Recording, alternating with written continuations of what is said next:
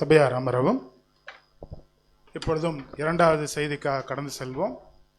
தூது கொடுக்கும்படி அன்பு சகோ சதீஷ் அவர்களை சபையின் சார்பாக அழைக்கிறோம். அவர் எடுத்துக்கொண்ட தலைப்பு தேவபக்தி. தேவபக்தி என்ற தலைப்பின் கீழ் அன்பு சகோ சதீஷ் அவர்கள் தூது கொடுப்பார்கள்.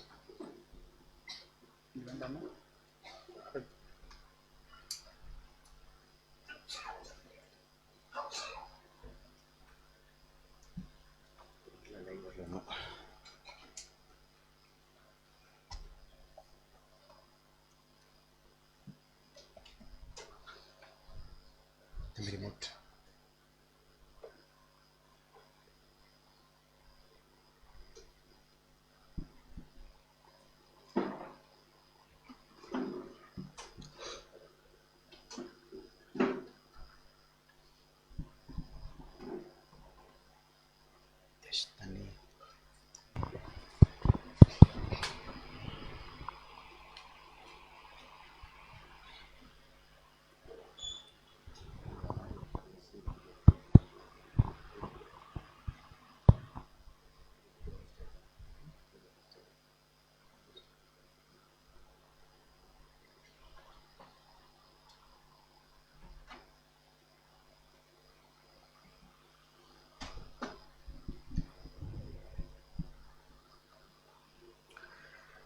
கிறிஸ்து இயேசுவுக்குள் மிகவும் பிரியமாக அழைக்கப்பட்ட அன்புக்குரிய சகோதரர்கள் அனைவருக்கும் நம்முடைய பிதாவாகிய தேவனாலும் ஆண்டவராகிய இயேசு கிறிஸ்துவின் நாமத்தினாலும் உங்கள் யாவருக்கும் கிருபையும் சமாதானம் உண்டாவதாக என்ற அன்பின் வாழ்த்துக்களை முதலாவது தெரிவித்துக் கொண்டு, நம்முடைய பிதாவாகிய தேவன் நம் வாழ்நாட்களை ஒரு நாளை கூட்டி கொடுத்து அவருடைய உன்னதமான சத்தியங்களெல்லாம் நமக்கு ஒவ்வொரு நாளும் வெளிப்படுத்தி வருகிறார். ஆகவே அவருக்கும் நமது ஆண்டவராகிய இயேசு கிறிஸ்துவின் மூலமாக ஆயிரம் ஆயிரம் துதியும் ஸ்தோத்திரங்களை எடுத்துக்கொண்டு, இன்று நம்ம பார்க்க போற பாடத்தின் தலைப்பு என்னன்னு கேட்டீங்கன்னா, சகோதர சொன்னதுமாக பாடத்தின் தலைப்பு என்னங்க? தேவ பக்தி அல்லது இறைப்பற்று. இங்கிலீஷ்ல இதோட டைட்டில் என்னன்னு கேட்டீங்கன்னா காட்லினஸ் என்ற தலைப்பின் கீழே நம்ம ஒரு சில நேரம் தியானிக்கலாம். அன்புக்குரிய சகோதரர்களே, இந்த பாடத்துடைய மைய கருத்து என்னன்னு பார்த்தோம்னா, பழைய ஏற்பாட்டு காலத்துல வாழ்ந்த தீர்க்கதரிசி அவங்க வாழ்க்கையில நடந்த சம்பவம், அந்த சம்பவத்தின் மூலமாக நமக்கு என்ன பாடங்கிறது குறித்து நம்ம பார்க்க போறது இல்லை.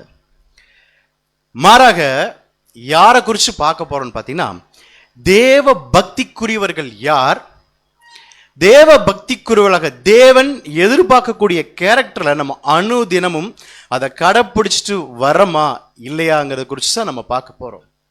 அப்ப தேவ பக்திக்குரியவர்கள் யார் அப்படிங்கிறது நம்ம என்ன பண்ண போறோம்னா, நம்மை நாமே நிதானித்து பார்க்க வேண்டியவர்களாக இருக்கிறோம். ஸோ யார் தான் எக்ஸாம்பிள்? அது எப்பவுமே ஆண்டவராக இயேசு கிறிஸ்துவும் தேவனும் எப்பவுமே நமக்கு எக்ஸாம்பிளா இருப்பாங்க. ஸோ யாரை குறித்து தான் பிராக்டிக்கலா பார்க்க போறோம்னா, நம்ம லைஃப்ல நம்மளை நாமே பார்க்க போறோம். ஓகேங்களா?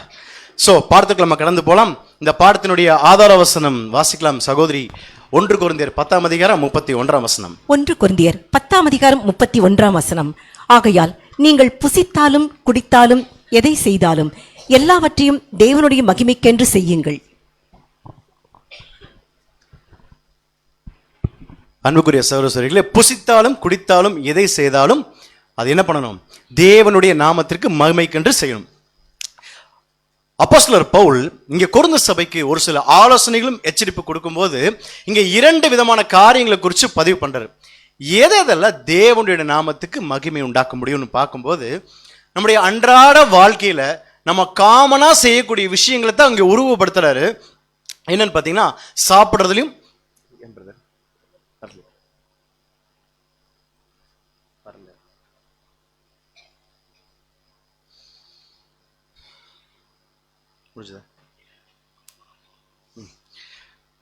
சாரி டியர் பஸ், நம்ம அன்றாட வாழ்க்கையில சாதாரணமாக செய்யக்கூடிய விஷயங்கள் என்னன்னு பார்த்தீங்கன்னா, சாப்பிட்றது, தண்ணி குடிக்கிறது. இந்த சாதாரணமாக செய்யக்கூடிய விஷயங்கள்ல சாப்பாடு சாப்பிட்றதுலையும் தண்ணி குடிக்கிறதுலையும் கூட அந்த பயத்தோட அந்த ஒழுங்குகளோட நம்ம பண்றோமா அப்படின்னு பார்த்தீங்கன்னா, இன்றைக்கு இருக்க காலகட்டத்தில் இருக்கிற ஃபாஸ்ட் லைஃப்ல ஒரு புது சிருஷ்டிக்கு கூட நமக்கு கரெக்டான ஒரு ஃபுட்டு சாப்பிட்றோமா?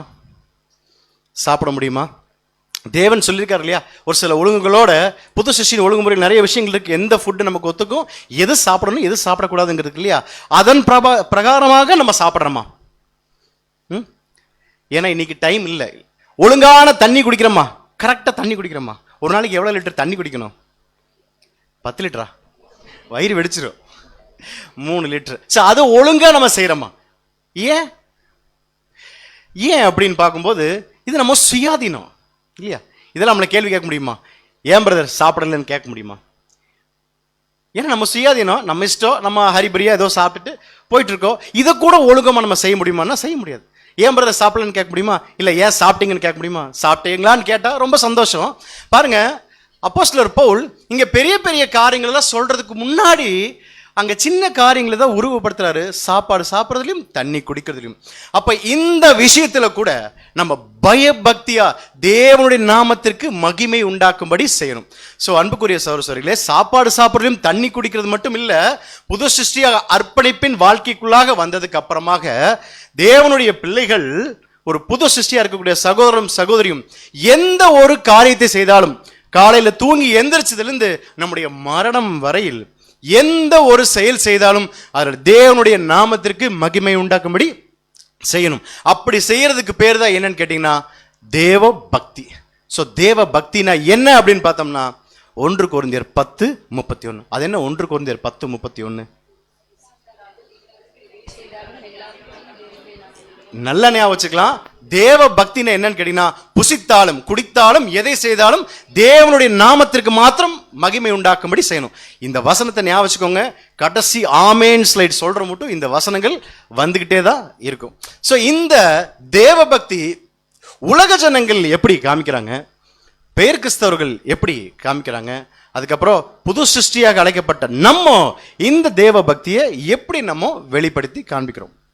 ஃபர்ஸ்ட், உலகத்தாடும் காணப்படும் தேவ பக்தி. இந்த உலகத்தார் அவங்க எதிர்பார்க்கக்கூடிய அந்த தேவ பக்தி, அவங்க கடவுளுக்கு ஒரு சில உண்மையான காரியங்கள் என்னென்ன விஷயங்கள் பண்ணுவாங்கன்னு பார்த்தீங்கன்னா, அந்த மாலை அணிவிக்கிறதுலேருந்து ஒரு சில ஒழுங்குகளோட விஷயங்கள் பண்ணுவாங்க. மாலை அணிவிக்கும் போது அந்த உடைகள் எந்த மாதிரி உடைகள் போடணுங்கிறது பார்ப்பாங்க. சுத்த பத்தமாக இருப்பாங்க. பார்த்துருப்போம் இல்லையா? நிறைய ஹிந்து சகோதரர்கள் பார்த்துருப்போம் இல்லையா? அந்த மாலை அணிவிக்கும் போது கூட அந்த வீட்டில் சுத்த பத்தமாக இருக்கணும், நம்ம சுத்தமாக இருக்கணும். 2 வேளை குளிக்கிறதுலேருந்து, அப்போ சாப்பாடு சாப்பிட்றதுல என்ன சாப்பிடணும், நான்வெஜ் சாப்பிட மாட்டாங்க. வீட்டில் தட்டே என்ன பண்ணுவாங்க, தனியாக வச்சுக்குவாங்க, அதில் தான் சாப்பிடுவாங்க. ஏன்னா அவ்வளோ சுத்தம், அவ்வளோ ஒரு பயபக்தியான ஒரு விஷயங்கள் அந்த காலகட்டத்தில் பண்ணுறாங்க. கோயிலுக்கு போகும்போது, கோயிலை கிராஸ் பண்ணும்போது கூட என்ன பண்ணுவான்னு கேட்டிங்கன்னா செப்பலை கழட்டி விட்டுட்டு தொட்டுக்கும்பா இல்லையா? இதெல்லாம் பண்ண நேரடியாக பார்க்குறோம் இல்லையா?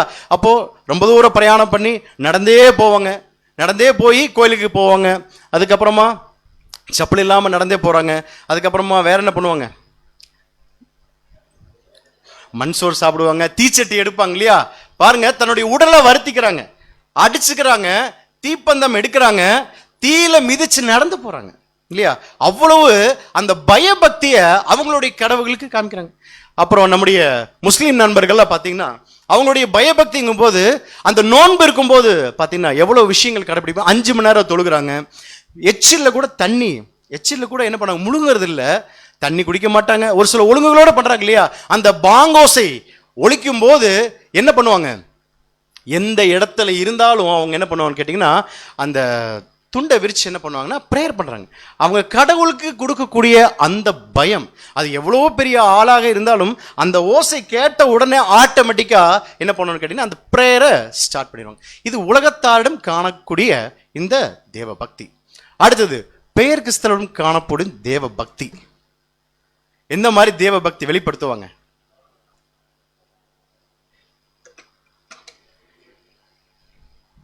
சவுண்டு மட்டும் தான் கேட்குது, ஒன்றுமே கேட்கல. சண்டே ஆராதனைக்கு கரெக்டாக போயிடுவாங்க. அவங்கள மாதிரி கரெக்டாக டைமுக்கு ஆராதனையில் கரெக்டாக ஸ்டார்ட் பண்ணிடுவாங்க. 8:30 மணினா 8:30 மணிக்கு டான்னு பில் அடிக்கும், டங்குன்னு அடிக்கும் இல்லைங்களா? அப்போ பாருங்க, சகோதர சொல்லி நிறைய பேருக்கு கருத்து கணிப்பு கேட்கும்போது சொல்லக்கூடிய விஷயங்கள் ஆச்சரியமா இருந்தது. எப்படின்னா, ஆலயத்துக்கு போகும்போது நீங்கள் பேர் கிறிஸ்தவ இருந்தீங்கல்ல, அப்போ ஏன்னா அதிக அனுபவம் எனக்கு இல்லை. அப்போது பேர் கிறிஸ்தவ இருக்கும்போது நீங்களாம் எப்படி ஆலயத்துக்கு போகும்போது பயபக்தி, தேவனுக்கு பயப்படுற பயம் எப்படி இருக்குன்னு கேட்கும்போது அவங்க சொல்லக்கூடிய விஷயம், மொபைல் ஃபோனை சுவிட்ச் ஆஃப் பண்ணி வீட்டில் கடா சீட்டு போனாங்கன்னா, ஆலயத்துக்குள்ளே போனாங்கன்னா நைட்டு தான் போவாங்க. அப்போ ஆலயத்துக்குள்ளே என்ன கொண்டு போக மாட்டாங்க, மொபைல் ஃபோனே எடுத்துகிட்டு போக மாட்டாங்க, பிறரை பொய் சொல்ல மாட்டாங்க, அப்புறம் இச்சிக்க மாட்டாங்க, கண்ணை ஏறெடுத்து பார்க்க மாட்டாங்க, அந்த ட்ரெஸ்ஸை ஒழுக்கமாக போடணும்னு நினைப்பாங்க. அதுக்கப்புறமா அவங்க சேம் பார்த்தீங்கன்னா அவங்களும் லென்த் டேஸில் பார்த்தீங்கன்னா எந்த மாதிரி விஷயங்கள்ல கடைப்பிடிக்கிறாங்க? நான்வெஜ் சாப்பிடக்கூடாது, அப்புறம் கரெக்ட் டைம் போகணும், எல்லாருமே அதே மாதிரி கடைப்பிடிப்பாங்கன்னு சொல்ல முடியாது. ஆனால் அதுலேயும் நம்மளை விட ஒழுங்கா நிறைய விஷயங்கள், கட்டுப்பாடோட விஷயங்கள் நிறைய பேர் என்ன பண்றாங்க, ஃபாலோ பண்றாங்க. ஜெபம் அவங்க லைஃப்ல தேவனோடு உறவாடுறதுக்கு அவங்க அதிகமா ஸ்பெண்ட் பண்ணுவாங்க. ஒரு நாளைக்கு ஜெபம் பண்ணலைன்னா அன்னைக்கு நாளே பொழுதே போகாது. ஒரு நாளைக்கு அந்த வேதத்தை படிக்கலைன்னா அவங்களுக்கு அந்த நாளே போகாது. ஏதாவது ஒரு சின்ன ஒரு செயல் செய்தாலும் ஜெபம் பண்ணிட்டு தான் என்ன பண்ணுவான்னு கேட்டீங்கன்னா அந்த காரியத்துக்கு போவாங்க. ஜெபம் பண்ணலைன்னா ஏதோ ஒரு விஷயம், ஒரு சின்ன ஒரு தடங்கல் ஆனா கூட என்ன ஆகும், தடங்கல் ஆனா கூட தேவன் நம்மள என்ன பண்றாரு, பார்த்துட்டு இருக்காரு, ஏதோ சொல்ல வராரு, ஒழுக்கமா திருந்திக்கணும். என்ன பண்ணுவாங்கன்னா ரொம்ப பயமத்தி இருப்பாங்க. தேவன் நம்மளை தண்டிச்சிருவாரு. நம்ம கரெக்டான ஒழுக்கமான வாழ்க்கையை வாழலைன்னா நம்மளை நரகத்துல போட்டு என்ன பண்ணுவாரு, வாட்டி எடுத்துருவாரு. அப்ப தப்பு பண்ணக்கூடாதுன்னு ரொம்ப பார்த்து செய்வாங்க இல்லையா? அவங்க அன்னதானங்கள் பண்ணுவாங்க இல்லையா? அன்னதானங்கள் பண்றாங்க, ஹாஸ்பிட்டல் கட்டுறாங்க, நிறைய விஷயங்கள் அவங்க என்ன பண்றாங்கன்னா தேவ பக்தியை என்ன பண்றாங்கன்னா வெளிப்படுத்துறாங்க. ஸோ அடுத்தது நமக்கு வரும். புது சிருஷ்டியா அழைக்கப்பட்ட நம்ம இந்த தேவ பக்தி, தேவனுக்கு பயப்படுற பயம் நம்ம எப்படி காட்டுறோம்? உலகத்தாரா இருக்கும்போது நிறைய பேர் உலகத்தாரா இருந்து அதுக்கப்புறமாக பெயர் கிறிஸ்துவாக வந்து அதுக்கப்புறமாக அர்ப்பணிப்பின் வாழ்க்கைக்குள்ளாக நம்ம வந்திருப்போம். தேவனுக்கு பயப்படுற பயம் நாளுக்கு நாள் புது சிருஷ்டியின் மத்தியில கம்மியாயிருச்சா ஜாஸ்தியாயிருச்சா? மனசாட்சி தொட்டு சொல்லவும் தேவனுக்கு பயப்படுற பயம் நாளடைவில் அர்ப்பணிப்பின் வாழ்க்கைக்கு வந்ததுக்கு அப்புறமாக ஜாஸ்தியாயிருச்சா கம்மியாயிருச்சா? கம்மியாயிருச்சு. ஏன் கம்மியாயிருச்சு அப்படின்னு பார்த்தோம்னா தேவன் ரொம்ப ரொம்ப அன்பானவர். பேசிக் கிளாஸ் கேட்கும் போது தேவனை குறித்து முழுசா தெரிஞ்சிடறோம் இல்லையா? அவர் ஒரு அன்பானவர். நம்மளா 10 பைசாக்கு பிரயோஜனம் இல்லை, ஆனா என்னையும் அவருடைய திட்டத்துல ராஜாக்களாக மகிமையுள்ள அந்த சிங்காசனம் எனக்கு கொடுக்குறார், நான் என்ன பாத்திரவானா அப்படின்னு தேவனை குறித்து முழுசா தெரிஞ்சிடறோம். அவர் அன்பானவர், நமக்கு ஒரு தண்டனை இல்லை, நம்மளை தண்டிக்க மாட்டார். அந்த அன்பானவரை மட்டுமே நம்ம என்ன பண்ணுவோம் கேட்டீங்கன்னா ரெஜிஸ்டரே ஆயிட்டு இருக்கும். அதுக்கப்புறமா நமக்காக வேற தன்னுடைய சொந்த குமாரன் கொடுத்திருக்காரு இல்லையா? பரிந்து பேசுறதுக்கு யாரை கொடுத்திருக்காரு? ஆண்டவராக இயேசு கிறிஸ்து. நம்ம தான் டெய்லி பந்தாடிட்டு இருக்கோமே. பந்தாடிட்டு இருக்குமா, டெய்லி விளையாண்டு இருக்குமா, ஃபுட்பால் விளையாண்டு இருக்குமா? ஆண்டவராக இயேசு கிறிஸ்து விளையாண்டு இருக்கல. நம்ம கையில சிக்கிட்டு மாட்டிட்டு முடிச்சிட்டு இருக்காரா இல்லையா? எல்லா நாளும் எல்லா சூழ்நிலும் தேவனுக்கு பிரியமாக வாழ்ந்துட்டு இருக்கோம். அப்ப தேவனுக்கு பிரியமில்லாத செய்யக்கூடிய விஷயங்கள் அவர் என்ன பண்றாருன்னா மறைச்சு மறைச்சு அப்படி என்னத்தை தான் நம்ம கிட்ட அப்படி என்ன கண்டாருன்னு தெரியல, அப்படி என்ன நம்ம கிட்ட ஒரு நல்ல குணலட்சம் அவ்வளவு அன்பை நம்ம கிட்ட பார்த்தாருன்னு தெரியல. ஒவ்வொரு செயல்களிலும் ஒவ்வொரு விஷயத்திலும் தேவன் கிட்ட மறைச்சு மறைச்சு காப்பாத்திட்டே இருக்காரு இல்லையா? நம்மளும் விளையாண்டுகிட்டே இருக்கோம். பாருங்க, நமக்கான உண்டான வேதனை ஸ்தலம் இல்லைன்னு தெரிஞ்சோன்னு என்ன ஆகுது? நம்மளை எல்லாம் போட்டு நரகத்துல வாட்டி எடுக்க மாட்டாரு, நமக்கு தண்டனை கொடுக்க மாட்டாரு, எல்லாமே தெரிஞ்சிருது இல்லையா? அப்ப நமக்கு என்ன கிடைக்குதுன்னா ஒரு ஃப்ரீடம் கிடைக்குது இல்லையா? நமக்கு ஒரு வேதனை ஸ்தலம் இல்லைன்னு தெரிஞ்ச உடனே நமக்கு ஒரு ஃப்ரீடம் கிடைக்குது இல்லையா? அந்த ஃப்ரீடம் நாளடைவில் நம்மளை தேவ பக்திக்கு வழிநடத்துச்சா? இப்படி கிடைச்சதுல ஒரு ஃப்ரீடம், நமக்கு அன்பானவர், நம்மளை தண்டிக்க மாட்டார், அப்படிங்கிற ஒரு ஃப்ரீடம் கிடைச்சதுல அது நாளடைவில் நம்ம தேவ பக்திக்கு வழி நடத்துச்சா அப்படிங்கிறத இந்த பாடம். ஸோ இந்த ஃப்ரீடம், நமக்கு கிடைச்ச ஃப்ரீடம் நம்ம இருமாப்பாய் ஆள்வதற்கு பயன்படுத்திட்டோமா, அல்லது ஆதார வசனத்தில் வாச மாதிரி புசித்தாலும் குடித்தாலும் எதை செய்தாலும் தேவனுடைய நாமத்திற்கென்று நம்ம செய்யறோமா? ஸோ உண்மையான தேவ பக்தி என்றால் என்ன?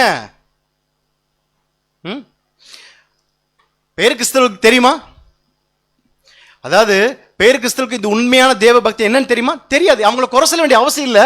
ஏன்னா யாரால அவங்க வழி நடத்தப்படுறாங்களோ அவங்க அதன் பிரகாரம் நடக்கிறாங்க. உலக ஜனங்கள்கிட்ட இந்த தேவ பக்தி இருக்கா? இல்ல. அப்போ பேர் கிறிஸ்தவர்கிட்ட இந்த தேவ பக்தி, உண்மையான தேவ பக்தி இருக்கா? இல்ல. அப்போ இருக்க வேண்டிய நம்ம கிட்ட இருக்கா?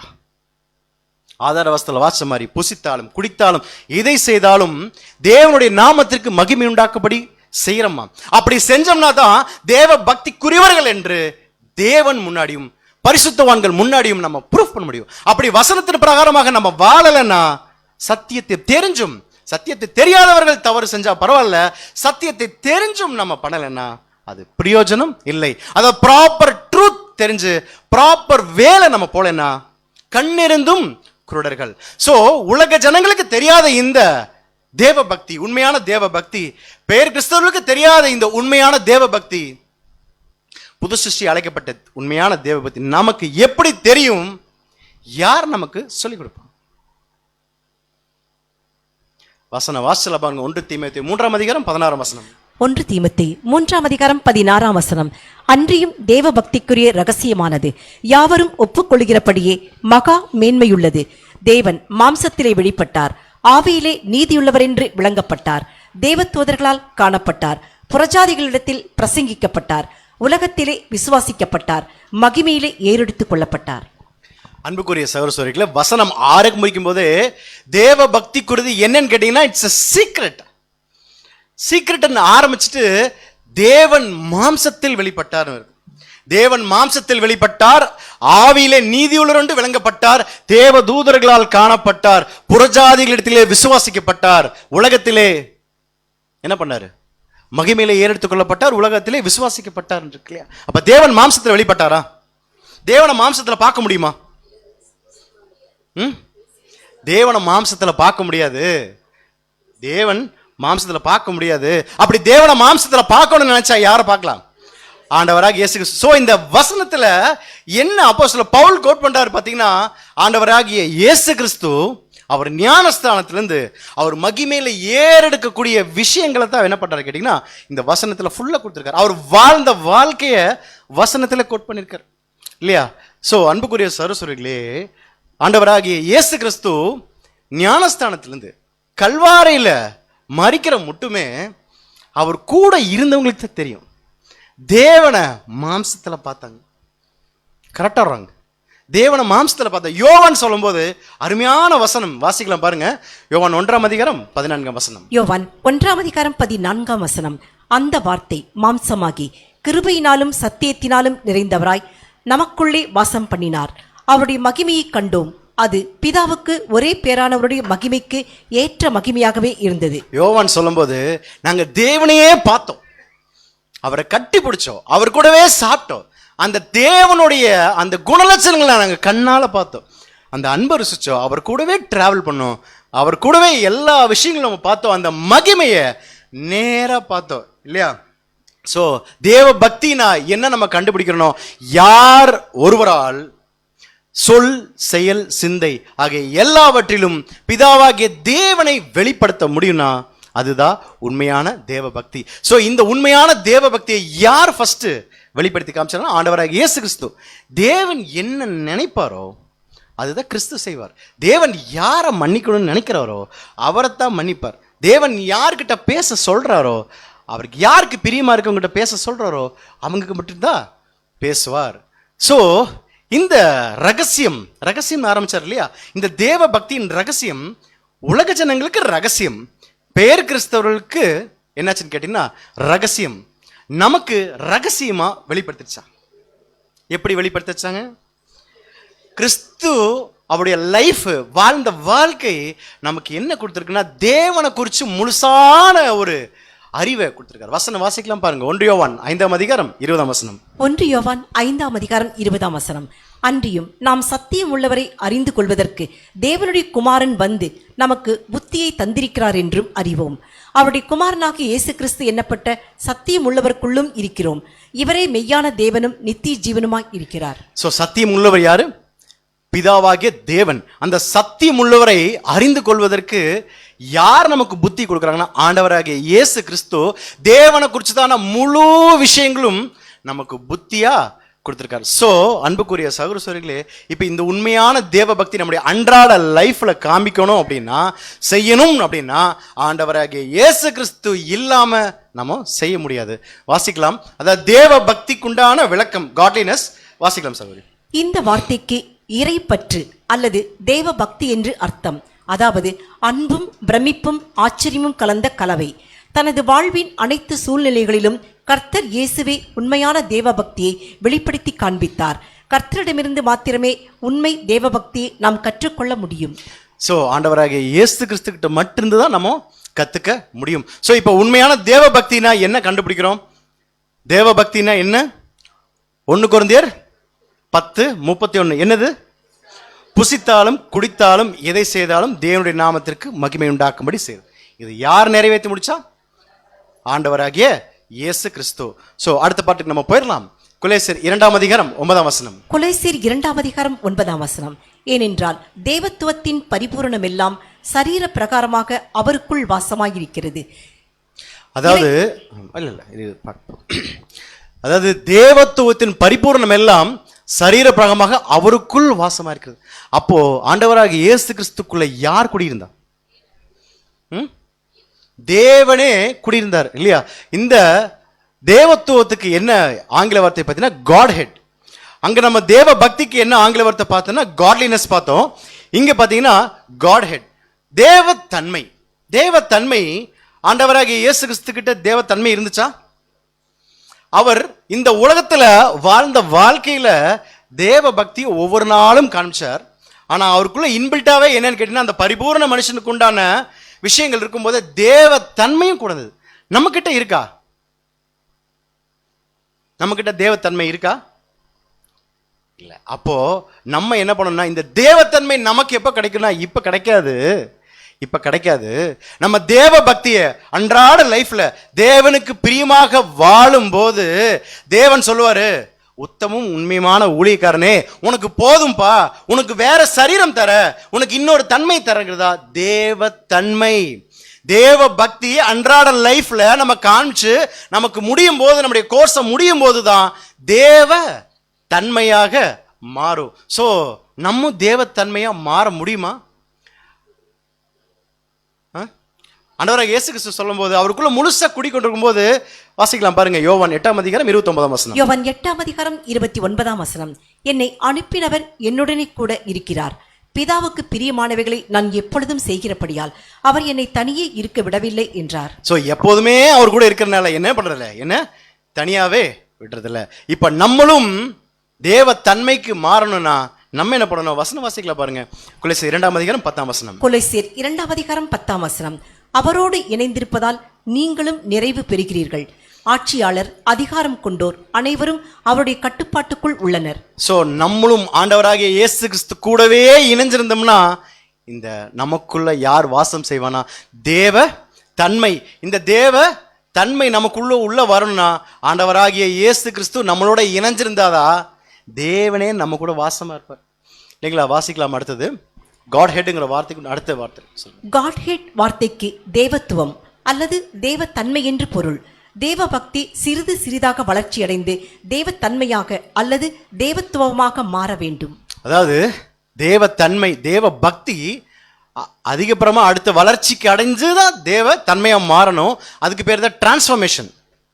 அந்த டிரான்ஸ்ஃபர்மேஷனுக்கு பேர் என்னன்னு கேட்டீங்கன்னா பக்தி விருத்தி. அப்போஸ்தலர் அதிகமா வார்த்தைகள் யூஸ் பண்ண வேர்ட்ஸ் வந்து பாத்தீங்கன்னா பக்தி விருத்திக்காக செய்கிறோம். வாசிக்கலாம் 2 கொரிந்தியர் 12:19. 2 கொரிந்தியர் 12:19. நாங்கள் யோக்கியர்கள் என்று விளங்கும்படி உங்களிடத்தில் பேசுகிறோம் என்று எண்ணுகிறீர்களோ? தேவனுக்கு முன்பாக கிறிஸ்துவுக்குள் பேசுகிறோம். பிரியமானவர்களே, சகலத்தையும் உங்கள் பக்தி விருத்திக்காக, சகலமும் உங்கள் பக்தி விருத்திக்காக செய்கிறோம். ஸோ இந்த தேவ பக்தினா காட்லினஸ். அன்றாட லைஃப்ல புசித்தாலும் குடித்தாலும் எதை செய்தாலும் தேவனுடைய நாமத்திற்கு மகிமை உண்டாக்கும்படி செஞ்சு ஒவ்வொரு நாளும் வளர்ந்து தேவ தன்மைக்காக மாறணும். அந்த இடையில நடக்கிற ப்ராசஸ் இருக்கு பாத்தீங்களா, அந்த ப்ராசஸ்க்கு பேர் தான் பக்தி விருத்தி. அதான் spiritual growth and edification. So அன்புக்குரிய சகோதரர்களே, அடுத்த பாட்டுக்கு நம்ம போகலாம். ஸோ தேவ பக்தி தேவ தன்மையா மாறணுமா இல்லையா? எல்லாத்துக்கும் ஆசை இருக்கா இல்லையா? ஸோ தேவ தன்மைக்கு நம்ம மாறணும்னா ஒரு சில ஒழுங்குகளோட அவர் சொல்லக்கூடிய விஷயங்களுக்கு நம்ம என்ன பண்ணணும்னா கீழ்ப்படியணும். அடுத்த கீவர்ஸ்க்கு போயிடலாம். இப்போ இத்தனை நேரம் நம்ம வாசிச்ச இந்த கீவர்ஸ் ஒன்லி ஃபார் இன்ட்ரடக்ஷன். தேவ பக்தினா என்ன, பக்தி விருத்தினா என்ன, தேவ தன்மைனா என்ன அப்படிங்கிறத குறித்து பார்க்கறதுக்கு தான். அடுத்தது கீவர்ஸ் பார்த்தீங்கன்னா, இந்த தேவ பக்தியை நம்ம அன்றாட லைஃப்ல கடைப்பிடிக்கணும்னா நம்ம என்னென்ன விஷயங்கள் பண்ணணும்? எக்லிஷியால எப்படி இருக்கணும், உலகத்துல எப்படி இருக்கணும், எல்லா சூழலும் இந்த தேவ பக்தி எப்படி காமிக்கணும், எல்லா சூழலையும் காமிக்கணும். பொதுவா இப்ப இது மட்டும் எடுத்துக்கணும் பாத்தீங்கன்னா, எக்லிஷால இந்த தேவ பக்தியை நம்ம எப்படி காமிக்கிறோம் அப்படிங்கிற குறித்து நம்ம பார்க்க போறோம். இன்னொரு வசனம் வாசிக்கலாம். பிரசங்கி 5ஆம் அதிகாரம் 1ஆம் வசனம். பிரசங்கி 5ஆம் அதிகாரம் 1ஆம் வசனம். நீ தேவாலயத்துக்கு போகும்போது உன் நடையை காத்துக்கொள். மூடர் பலியிடுவது போல பலியிடுவதை பார்க்கிலும் செவி கொடுக்க சேர்வதே நலம். தாங்கள் செய்கிறது தீமை என்று அறியாதிருக்கிறார்கள். ஸோ தேவாலயத்துக்கு போகும்போது பார்த்தீங்கன்னா லிட்டரலா எக்லிஷான்னு கிடையாது, சகோதர சகோதரர் எங்க 2 பேர் 3 பேர் இருக்கிறவங்களோ அங்க நம்முடைய நடையை காத்துக்கொள். ஏன்னா அங்க யார் வாசம் பண்றா? தேவன் வாசம் செய்யக்கூடிய இடம் இல்லையா? அப்ப நம்முடைய நடையை காத்துக்கொள். அடுத்தது, மூடர் பலியிடுவது போல. யார் சொல்றார் மூடர்? பாருங்க, உலக ஜனங்கள் அவங்களுடைய பயபக்தியை எப்படி காமிக்கிறாங்கன்னா, தீ மிதிச்சு நடந்து போறாங்க, சாட்டையால அடிச்சுக்கிறாங்க இல்லையா? எவ்வளவு பயபக்தியா செப்பலை கழட்டிட்டு உடனடியா என்ன பண்றான்னு கேட்டீங்கன்னா பயபக்தியை காமிக்கிறாங்க. உண்மையான சத்தியத்தை தேவனை முழுசா அறிஞ்ச நம்ம சத்தியத்தை தெரிஞ்சும் அதன் வசனத்திற்கு பிரகாரமாக வாழாதவங்க தான் யாருன்னு கேட்டீங்கன்னா பிரசங்கி சொல்லக்கூடிய விஷயங்கள்ல மூடர், ஃபூல். நீங்க ஒரு முட்டாள் அப்படிங்கிறாரு. இந்த வசனத்திற்கு பிரகாரமாக வாழலைன்னா யூ ஆர் a fool இல்லையா? சோ அடுத்தது நம்ம தேவாலயத்தில் கொண்டிருக்க வேண்டிய நல்லொழுக்கங்களுக்குள்ள நம்ம போலாம். ரீப்ரின்ஸ் நம்பர் 5809 and 5186 2 ரீப்ரின்ஸ் பிளஸ் புது சிருஷ்டியின் ஒழுங்குமுறை புத்தகத்திலிருந்து இந்த விஷயங்கள் நம்ம என்ன பண்றோம்னா சபையின் காரியங்களை குறித்து நம்ம எடுத்திருக்கோம். ஸோ இந்த தேவ பக்தியை நம்ம இந்த 5 நிலைகளில் பார்க்க போறோம். நேரம் தவறாமையில் இந்த தேவ பக்தியை எப்படி காமிக்கிறோம். அடுத்தது, பேச்சுக்கள் மற்றும் சம்பாஷணைகளை இந்த தேவ பக்தி எப்படி காமிக்கிறோம். பிள்ளைகள் வளர்ப்பதில் தேவ பக்தியை எப்படி காமிக்கிறோம். அடுத்தது, ஒழுக்கம் மற்றும் வெளிப்புற தோற்றத்தில் இந்த தேவ பக்தியை எப்படி காமிக்கிறோம். அடுத்தது, தேவனுடைய வேலை, அதாவது தேவனுடைய ஊழியம் செய்யறதுல நம்முடைய தேவ பக்தி எப்படி காமிக்கிறோன்னு 5 நிலையில நம்ம பார்க்க போறோம். வெளியிலலாம் போக போறது இல்லை, ஒன்லி இன் எக்லிஷா மட்டும்தான். எக்லிஷால நம்ம எப்படி நடக்கிறோமோ அப்படித்தான் வெளியில இருக்கணும். ஸோ எக்லிஷாலே நம்ம இந்த விஷயங்கள் கடைப்பிடிக்கலன்னா வெளியில நம்ம கடைப்பிடிக்கவே முடியாது. ஸோ இப்போ என்ன பண்ண போனா செல்ஃப் டெஸ்ட். எனக்கு நான் உரசி பார்த்துக்கிறேன், நான் இதுல சரியாரா இருக்கனா இல்லையா அப்படிங்கிறது எனக்கு நான் உரசி பார்த்துக்கிறேன். உங்களுக்கு நீங்க என்ன பண்ணிக்கணும், மற்றவங்களுக்கு பார்க்க வேண்டாம், அவங்களுக்கு அவங்க என்ன பண்ணலாம்னா உரசி பார்த்துக்கலாம். ஸோ இப்போ ஃபர்ஸ்ட் என்ன பண்ண போறோம்னா, நேரம் தவறாமையில் தேவ பக்தியை நாம் எப்படி காண்பித்து கொண்டு வருகிறோம். ஸோ நம்முடைய எக்லிஷா இது நிறைய பாடங்கள் பார்த்தாச்சு, நிறைய விஷயங்கள் சொல்லியாச்சு, திரும்பவுமாக நம்ம பார்க்கலாம். ஓகேங்களா? ஸோ நம்முடைய ஆராதனை டைம் எத்தனை மணிக்கு நம்ம டிசைட் பண்ணதா, தேவன் டிசைட் பண்ணதா?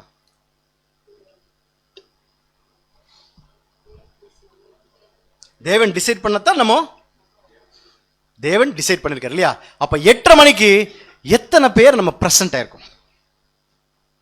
அன்புக்குரிய சகோதர சகோதரிகளே, இதுல யார் கில்ட்டி கான்சியஸ்குள்ள போயிட வேண்டாம்னா, உடல்நிலை 2ஆ பிரிச்சுக்கலாம். உடல்நிலை சரியாத சகோதரன், ஒரு சகோதரி.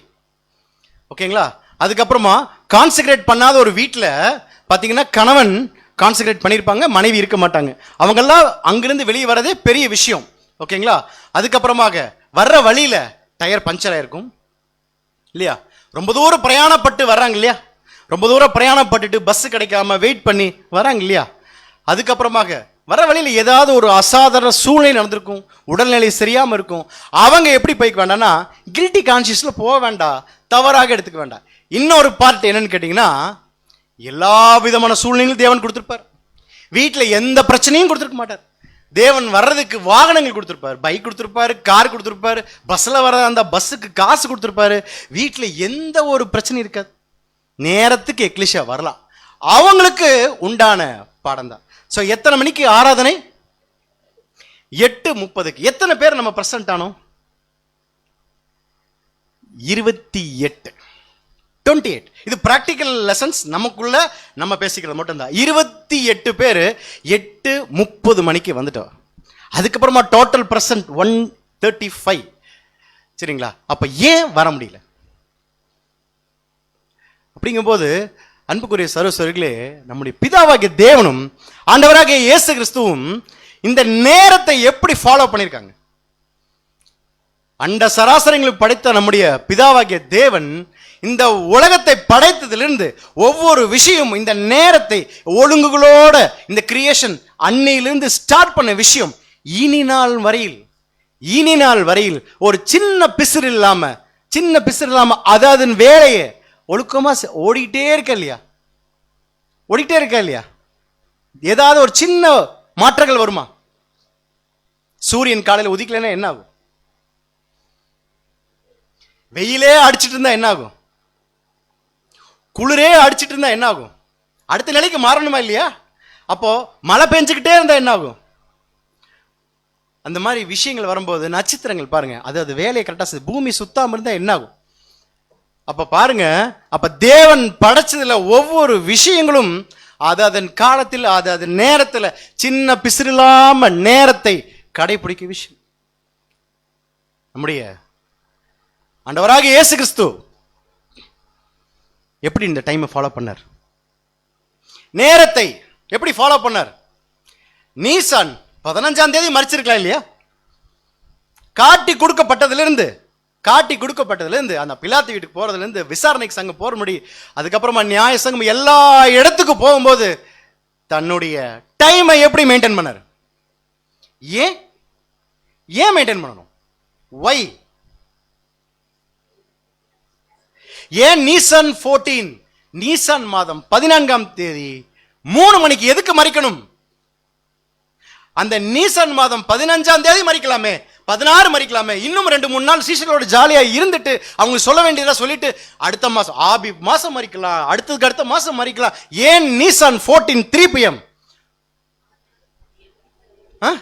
மேட்ச் ஆகாது. இந்த உலகத்தை மீட்டெடுக்கிறதுக்கு மேட்ச் ஆகாது.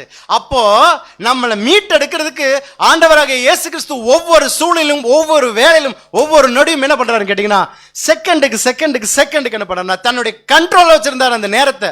3 மணிக்கு என்னுடைய பிள்ளைகளை காப்பாத்துறதுக்காக, நம்மளுடைய பிள்ளைகளை நம்மளை இந்த இருள்ல, இந்த மரணத்திலிருந்து மீட்டெடுக்கிறதுக்காக அந்த நொடிய செகண்ட கையில பிடிச்சிட்டு 3 மணி கரெக்டா. அப்போ ஒழுங்குக்கு தேவன் கிறிஸ்துவும் எவ்வளவு ஃபீல் பண்ணி எவ்வளவு விஷயங்களை கடைபிடிச்சிருக்காங்க.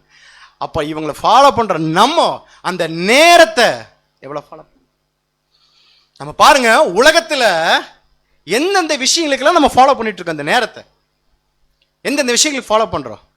ட்ரெயின் இல்லைங்களா? ட்ரெயின் கரெக்டான நேரத்துக்கு போயிருமா, லேட்டா போகுமா? ஃபர்ஸ்ட் கிளாஸ் ஏசி புக் பண்ணியிருக்கோம், ஒரு டிக்கெட் 3000 ரூபா, 5 பேத்துக்கு புக் பண்ணியிருக்கோம், எவ்வளவு ஆச்சு? சொல்லுவீங்க. ஒரு டிக்கெட் 3000 ரூபா, ஃபர்ஸ்ட் கிளாஸ் ஏசி புக் பண்ணியிருக்கோம், 5 பேத்துக்கு புக் பண்ணியிருக்கோம், 15000. சரிங்களா? 9 மணிக்கு ட்ரெயின் எடுத்துருவாங்க, 8:30 மணிக்கு ட்ரெயின் எடுத்துருவாங்க. நம்ம என்ன பண்ணலாம்? 8:33 போவோம். அவர் என்ன பண்ணுவார்? ட்ரெயின் டிரைவர் அவர் ஏதாவது டீ சாப்பிட்டு பொறுமையா போகணும். 9:05 நம்ம போவோமா? ஏன்? ட்ரெயின் போயிருங்கிறது மேட்டர் இல்ல. 15000 15,000 15,000 என்ன ஆகும்? இப்ப எத்தனை மணிக்கு போவோம்? 8:30 மணிக்கு போயிடுவோம் இல்லையா? ஃபர்ஸ்ட் கிளாஸ் ஏசி வேற புக் பண்ணிருக்கோம் இல்லையா? அடுத்தது இன்டர்வியூ. நமக்கு வேலையே இல்லை, வேலையே இல்லாம இன்டர்வியூக்கு கூப்பிட்டுருக்காங்க. எத்தனை மணிக்கு? 8:30 மணிக்கு. அதே 8:30 மணிக்கு இன்டர்வியூ கூப்பிட்டுருக்காங்க. வேலையே இல்லை, சாப்பாட்டுக்கே கஷ்டம். எத்தனை மணிக்கு போவோம்? 8:35க்கு. 8:40க்கு போயிடுவோமா? செக்யூரிட்டி கேட்ல என்ன பண்ண மாட்டாங்க, அலோ பண்ணுவோம். ஏன்? பசியின் கொடுமை இல்லையா? அதுக்காக நம்ம என்ன பண்ண போறோம்னா 8:30க்கு போக மாட்டோம், காலையில் 4 மணிக்கு அங்கேயே உட்காந்து பல்ல தேய்ச்சிட்டு வாசல்லே இருப்போம். கரெக்டா இல்லையா? அடுத்தது பஞ்சிங். எத்தனை பேர் பிரைவேட் கன்சர்னில் ஒர்க் பண்ணுறோம், ஸ்கூலில் ஒர்க் பண்ணுறோம். 8:35க்கு 2க்கு போனா 8:31க்கு போய் பஞ்ச் வச்சா என்ன ஆகும்? நான் சொல்ல மாட்டேன், நீங்க சொல்லுங்க. என்ன பிடிச்சிருவாங்க? சேலரி. என்ன பிடிச்சிருவாங்க? காசு. 10 மாசத்துக்கு அப்புறமா ஒரு குழந்தை வெளியே வருமா? வந்த என்ன ஆகும்? சகோதரி நீங்க தான் சொல்லணும். செத்து போயிடுவாங்க இல்லையா? 10 மாசத்துக்கு அப்புறமா குழந்தை பிறக்காது. அதுக்கு முன்னாடி தான் ஒரு ஆபீஸ்ல எம்டி மீட்டிங் நடக்குது, அந்த எம்டி மீட்டிங் நடக்கும்போது நம்ம எத்தனை மணிக்கு போவோம்? 8:30 மணிக்குண்ணா 9 மணிக்கு போவோமா? எல்லாரும் ஆஃபீஸ் ஹையர் ஆஃபீஸில் இருக்குவாங்க, நம்முடைய ஓனர் இருப்பாங்க. நம்ம எத்தனை மணிக்கு போவோம்? நேரத்தில் போயிடுவோம் இல்லையா? ரொம்ப கில்ட்டி கான்சியஸ் போக வேண்டாம், இதெல்லாம் நார்மலாக நடக்கக்கூடிய விஷயங்கள் தான். ஸோ எவ்வளோ டைமுக்கு நம்ம போவோம்? அப்போது எக்லிஷாக்கு 8:30 மணின்னா நம்ம எத்தனை மணிக்கு போகணும்? அதுக்காக 7:30 மணிக்கே உட்காந்துங்கிறது இல்லை. ஏன்னா அங்கே யார் வெயிட் பண்ணிட்டு இருக்கானா, ஒரு எல்டர் வெயிட் பண்ணிட்டு இருக்காருங்க, ஒரு டீக்கன் வெயிட் பண்ணிட்டு இருக்காங்க இல்லையா? ஏன்னா எல்டர் முன்னாடி வந்துடுறாங்க, அதுக்கு முன்னாடி டீக்கன்ஸே வந்துடுறாங்க, அவங்களாம் காத்துட்டு இருப்பாங்க இல்லையா? யார் வெயிட் பண்ணிட்டு இருக்கா? ஒரு எல்டர் வர்றதுக்கு முன்னாடி, ஒரு டீக்கன் வர்றதுக்கு முன்னாடி அங்க யார் வெயிட் பண்ணிட்டு இருக்கா? ஆண்டவராக இயேசு கிறிஸ்து, தேவன் வாசம் பண்ணிட்டு இருக்கார். அப்போ யார் வெயிட் பண்ணிட்டு இருக்கா? கிறிஸ்துவும் தேவ தூதர்களும் அங்க வெயிட் பண்ணி காத்துட்டு இருக்காங்க. நமக்கு என்ன பிரச்சனைகள் வரும், இவங்களுக்கு என்ன பாடங்கள் கொடுக்கலாம், என்ன சொல்யூஷன் கொடுக்கலாம், என்ன ஆறுதல் தரலாம வெயிட் பண்ணிட்டு இருக்கும்போது நாம லேட்டா வந்தோம்னா எப்படி பார்ப்பாங்க நம்ம ஃபேஸ்?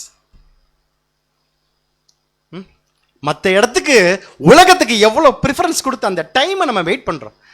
கிறிஸ்துவும் தேவனும் நமக்காக எவ்வளோ டைம் மெயின்டைன் பண்றாரு, எவ்வளோ விஷயங்களுக்கு கரெக்டாக மெயின்டைன் பண்ணி கொடுத்துருக்காரு. நம்ம இந்த டைமை எப்படி மெயின்டைன் பண்றோம்? கிறிஸ்துவுக்காக திருப்பி கொடுக்குறோமா, தேவனுக்காக திருப்பி கொடுக்குறோமா, உலகத்துக்கு திருப்பி கொடுத்துட்டு இருக்கோமா? அங்க யார் வாசம் பண்றா? தேவன் வாசம் பண்றாரு. நீங்க கேட்கலாம்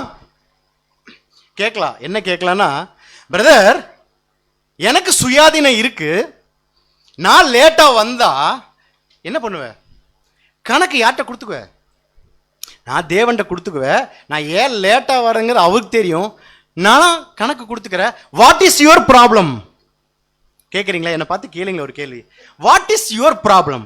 நான் தேவன் கிட்ட கணக்கு கொடுத்துக்கிறேன். நான் லேட்டா வந்துட்டேன், ஏன் லேட்டா வந்தேன்னு அவருக்கு தெரியும். What is your problem? கேட்குறீங்களா? கேளுங்க, சும்மா ஜஸ்ட் என்ன கேளுங்க. What is your problem? நான் லேட்டா வர, எனக்கு சுயாதீனம் இருக்கு, சுயாதீனம் இருக்கு. வாட் இஸ் யுவர் ப்ராப்ளம் கேட்குறீங்களா? அப்படி கேட்டோம்னா வசனம் இதுதான். 2 கொரிந்தியர் 6ஆம் அதிகாரம் 3ஆம் வசனம். 2 கொரிந்தியர் 6ஆம் அதிகாரம் 3ஆம் வசனம். இந்த ஊழியம் குற்றப்படாதபடிக்கு நாங்கள் யாதொன்றிலும் இடறல் உண்டாக்காமல் எவ்விதத்தினாலேயும் எங்களை தேவ ஊழியக்காரராக விளங்க பண்ணுகிறோம். சுயாதீனம் இருக்கு, ஆனா இதுக்கு ரைட்ஸ் இல்லை. எதுக்கு? என்ன இடர்ல உண்டாக போகுது? நீங்க பாட்டுக்கு வர்றீங்க, பின்னாடி போயிடுறீங்க. எனக்கு யாருக்கு இடர்ல இருக்கு?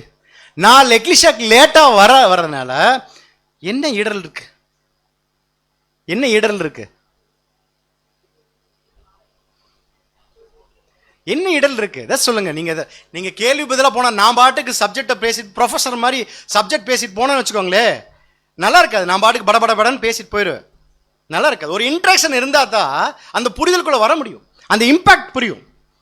என்ன இடரல் உண்டாக்கும்? எப்படி இடரல் உண்டாக்கும்னா, ஒருத்தர் வரும்போது, லேட்டா வரும்போது அவரவே திரும்பி பார்த்துட்டு இருப்போம் இல்லையா? அப்ப பாருங்க, அந்த ஒழுங்கல் பாருங்க, இந்த சேர்ல இருந்து ஃப்ரண்ட்ல இருந்து போட்டிருக்கோம். யாரையாவது ஒரு ஃப்ரண்ட்ல இருந்து நம்ம வந்து ஃபில் பண்ணிட்டு வரணும். நீங்க பாருங்க எத்தனை சேர் இங்க, அங்க பாருங்க, இங்க ஒண்ணு, அங்க ஒண்ணு, அங்க ஒண்ணு, இங்க எவ்வளவு காலியா இருக்கு இல்லையா?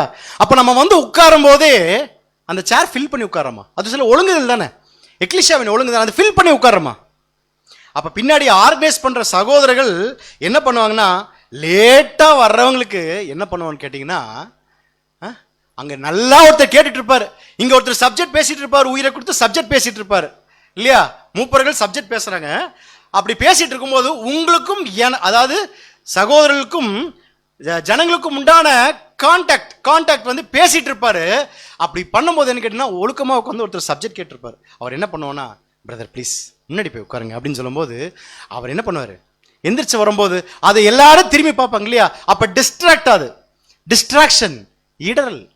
சரி, அப்படித்தான் இடம் கொடுக்குறோன்னு வச்சுக்கோங்களேன். ஒருத்தர் சாக்ரிஃபைஸ் பண்ணிட்டு, சரி பரவாயில்ல நான் போய் முன்னாடி உட்காரணும், உட்கார்ந்தா லேட்டா வந்துட்டு தூங்குனா எப்படி இருக்கும்? தூங்குனா எப்படி இருக்கும்? அந்த சகோதரர் கூப்பிட்டு காமிக்கிற, இதெல்லாம் பிராக்டிக்கல் நடக்கிற விஷயம் தான், ரொம்ப யோசிக்க வேண்டாம். அவர் வந்துட்டு கூப்பிட்டு காமிக்கிற, பிரதர் நீங்க என்ன பண்ணீங்க, நான் எங்கேயோ உட்காந்துட்டு இருந்தேன், நீங்க இங்கே உட்காருவீங்க. ஏன்னா சேரை கூட மாத்துறது இல்லை நம்மளாம் இல்லையா? ஏன்னா நம்ம ஒரு சேர்ல பேர் எழுதி வச்சிருக்கு, சதீஷ் அப்படின்னா இந்த சேரில் தான் உட்கார வேண்டும். ஏன்னா நம்ம என்ன பண்ணுவோம், ஒரு சௌரிப்பாடு கலரில் அடக்கம் பண்ணும் போது சேரோடவே என்ன பண்ணுவாங்க, அடக்கம் பண்ணிடுவோம் இல்லையா? பேர் எழுதி வச்சா மாற்றி உட்காந்தா ஐயோ எனக்கு மைண்டே நிற்காது. என்ன பண்ண, வெளியிலே ஓடியே போயிடுவாங்க. என் சேரில் பேரை எழுதி வச்சுக்கணும். சதீஷ் அப்படின்னா தான் அந்த மூலையில் தான் உட்காருவா அப்படின்னு. அந்த சேரை விட்டு மாற்றி கூட உட்காரதில்லை. ஒரு சில ஒழுங்குகள் இருக்கு. வாசிக்கலாம். காலம் தவறாமை குணலட்சத்திற்கான ஒரு சான்று. இத்தனை நேரம் படித்த விஷயங்கள் இதில் இருக்கு. அதாவது காலம் தவறாமை குணலட்சத்திற்கு ஒரு சான்றுனா, நம்ம சத்தியத்தில் வளர்ந்துருக்கணுமா இல்லையாங்கிறது எதில் கண்டுபிடிக்கலாம்னா, எக்லீஷாக்கு வர்றதில் இருக்கு. வாசிக்கலாம் சகோதரி. சிலர் தங்களது நடையை மாத்திரம் அல்லாமல் தங்கள் கை கடிகாரத்தனையும் கவனிப்பது அவசியமாயிருக்கின்றது. கூடுகைக்கு என்ன காலதாமதமாக கவனிக்க வேண்டியது அவசியமா இருக்குது? கை கடிகாரத்தை.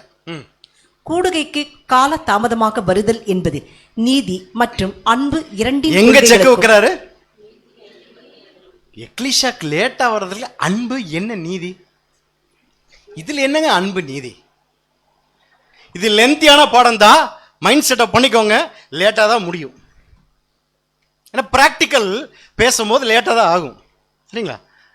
அன்பு நீதி இதுல என்னங்க இருக்குது? நான் லேட்டா வர்றதுனால வாட் இஸ் அன்பு நீதி? ஜஸ்டிஸ்னா என்ன? அன்புனா என்ன? நான் ஃபர்ஸ்ட் நீதிக்கு கீழ்ப்படியணும். நான் ஃபர்ஸ்ட் கரெக்டா இருக்கிறது தான் நீதி. எக்லிஷாக்கு 8:30 மணிக்கு போகணும், அதுதான் நீதி. அன்பு இதுல என்ன அன்பு இருக்கு? நான் லேட்டா வர்றதுக்கும் அன்புக்கு என்ன இருக்கு? தேவனுடைய வார்த்தை கீழ்ப்படி. புது பாயிண்டா இருக்கு. சூப்பர். தேவனுடைய வார்த்தை கீழ்ப்படியில. இன்னும் அடுத்தது பிராக்டிக்கலா சொல்லுங்க. அப்படி சகோதர சகோதரிகள் யாரு வளர்ந்தா என்ன, வளராட்டி என்ன? நான் போய் டிஸ்ட்ராக்ட் பண்ணுவேன், நான் போய் லேட்டாக போய் உட்காருவேன், நான் தூங்குவேன், பக்கத்தில் டிஸ்ட்ராக்ட் ஆகும், நான் நடந்து போவேன், எல்லாரும் பார்க்கட்டும். யாரு அது வளர்ச்சி அடைஞ்சா என்ன, அடையாட்டி எனக்கு என்ன? வாசிக்கலாம். நீதி மற்றும் அன்பு இரண்டின் கொள்கைகளுக்கும் முரணானவையாகும். கூடுகையில் கலந்து கொள்பவர்கள் யாவரும் மற்றவர்களுக்கு நீதியாய் காணப்படும் வகையில் தாங்கள் சரியான நேரத்திற்கு வரத்தக்கதாக பார்த்து கொள்ள வேண்டும்.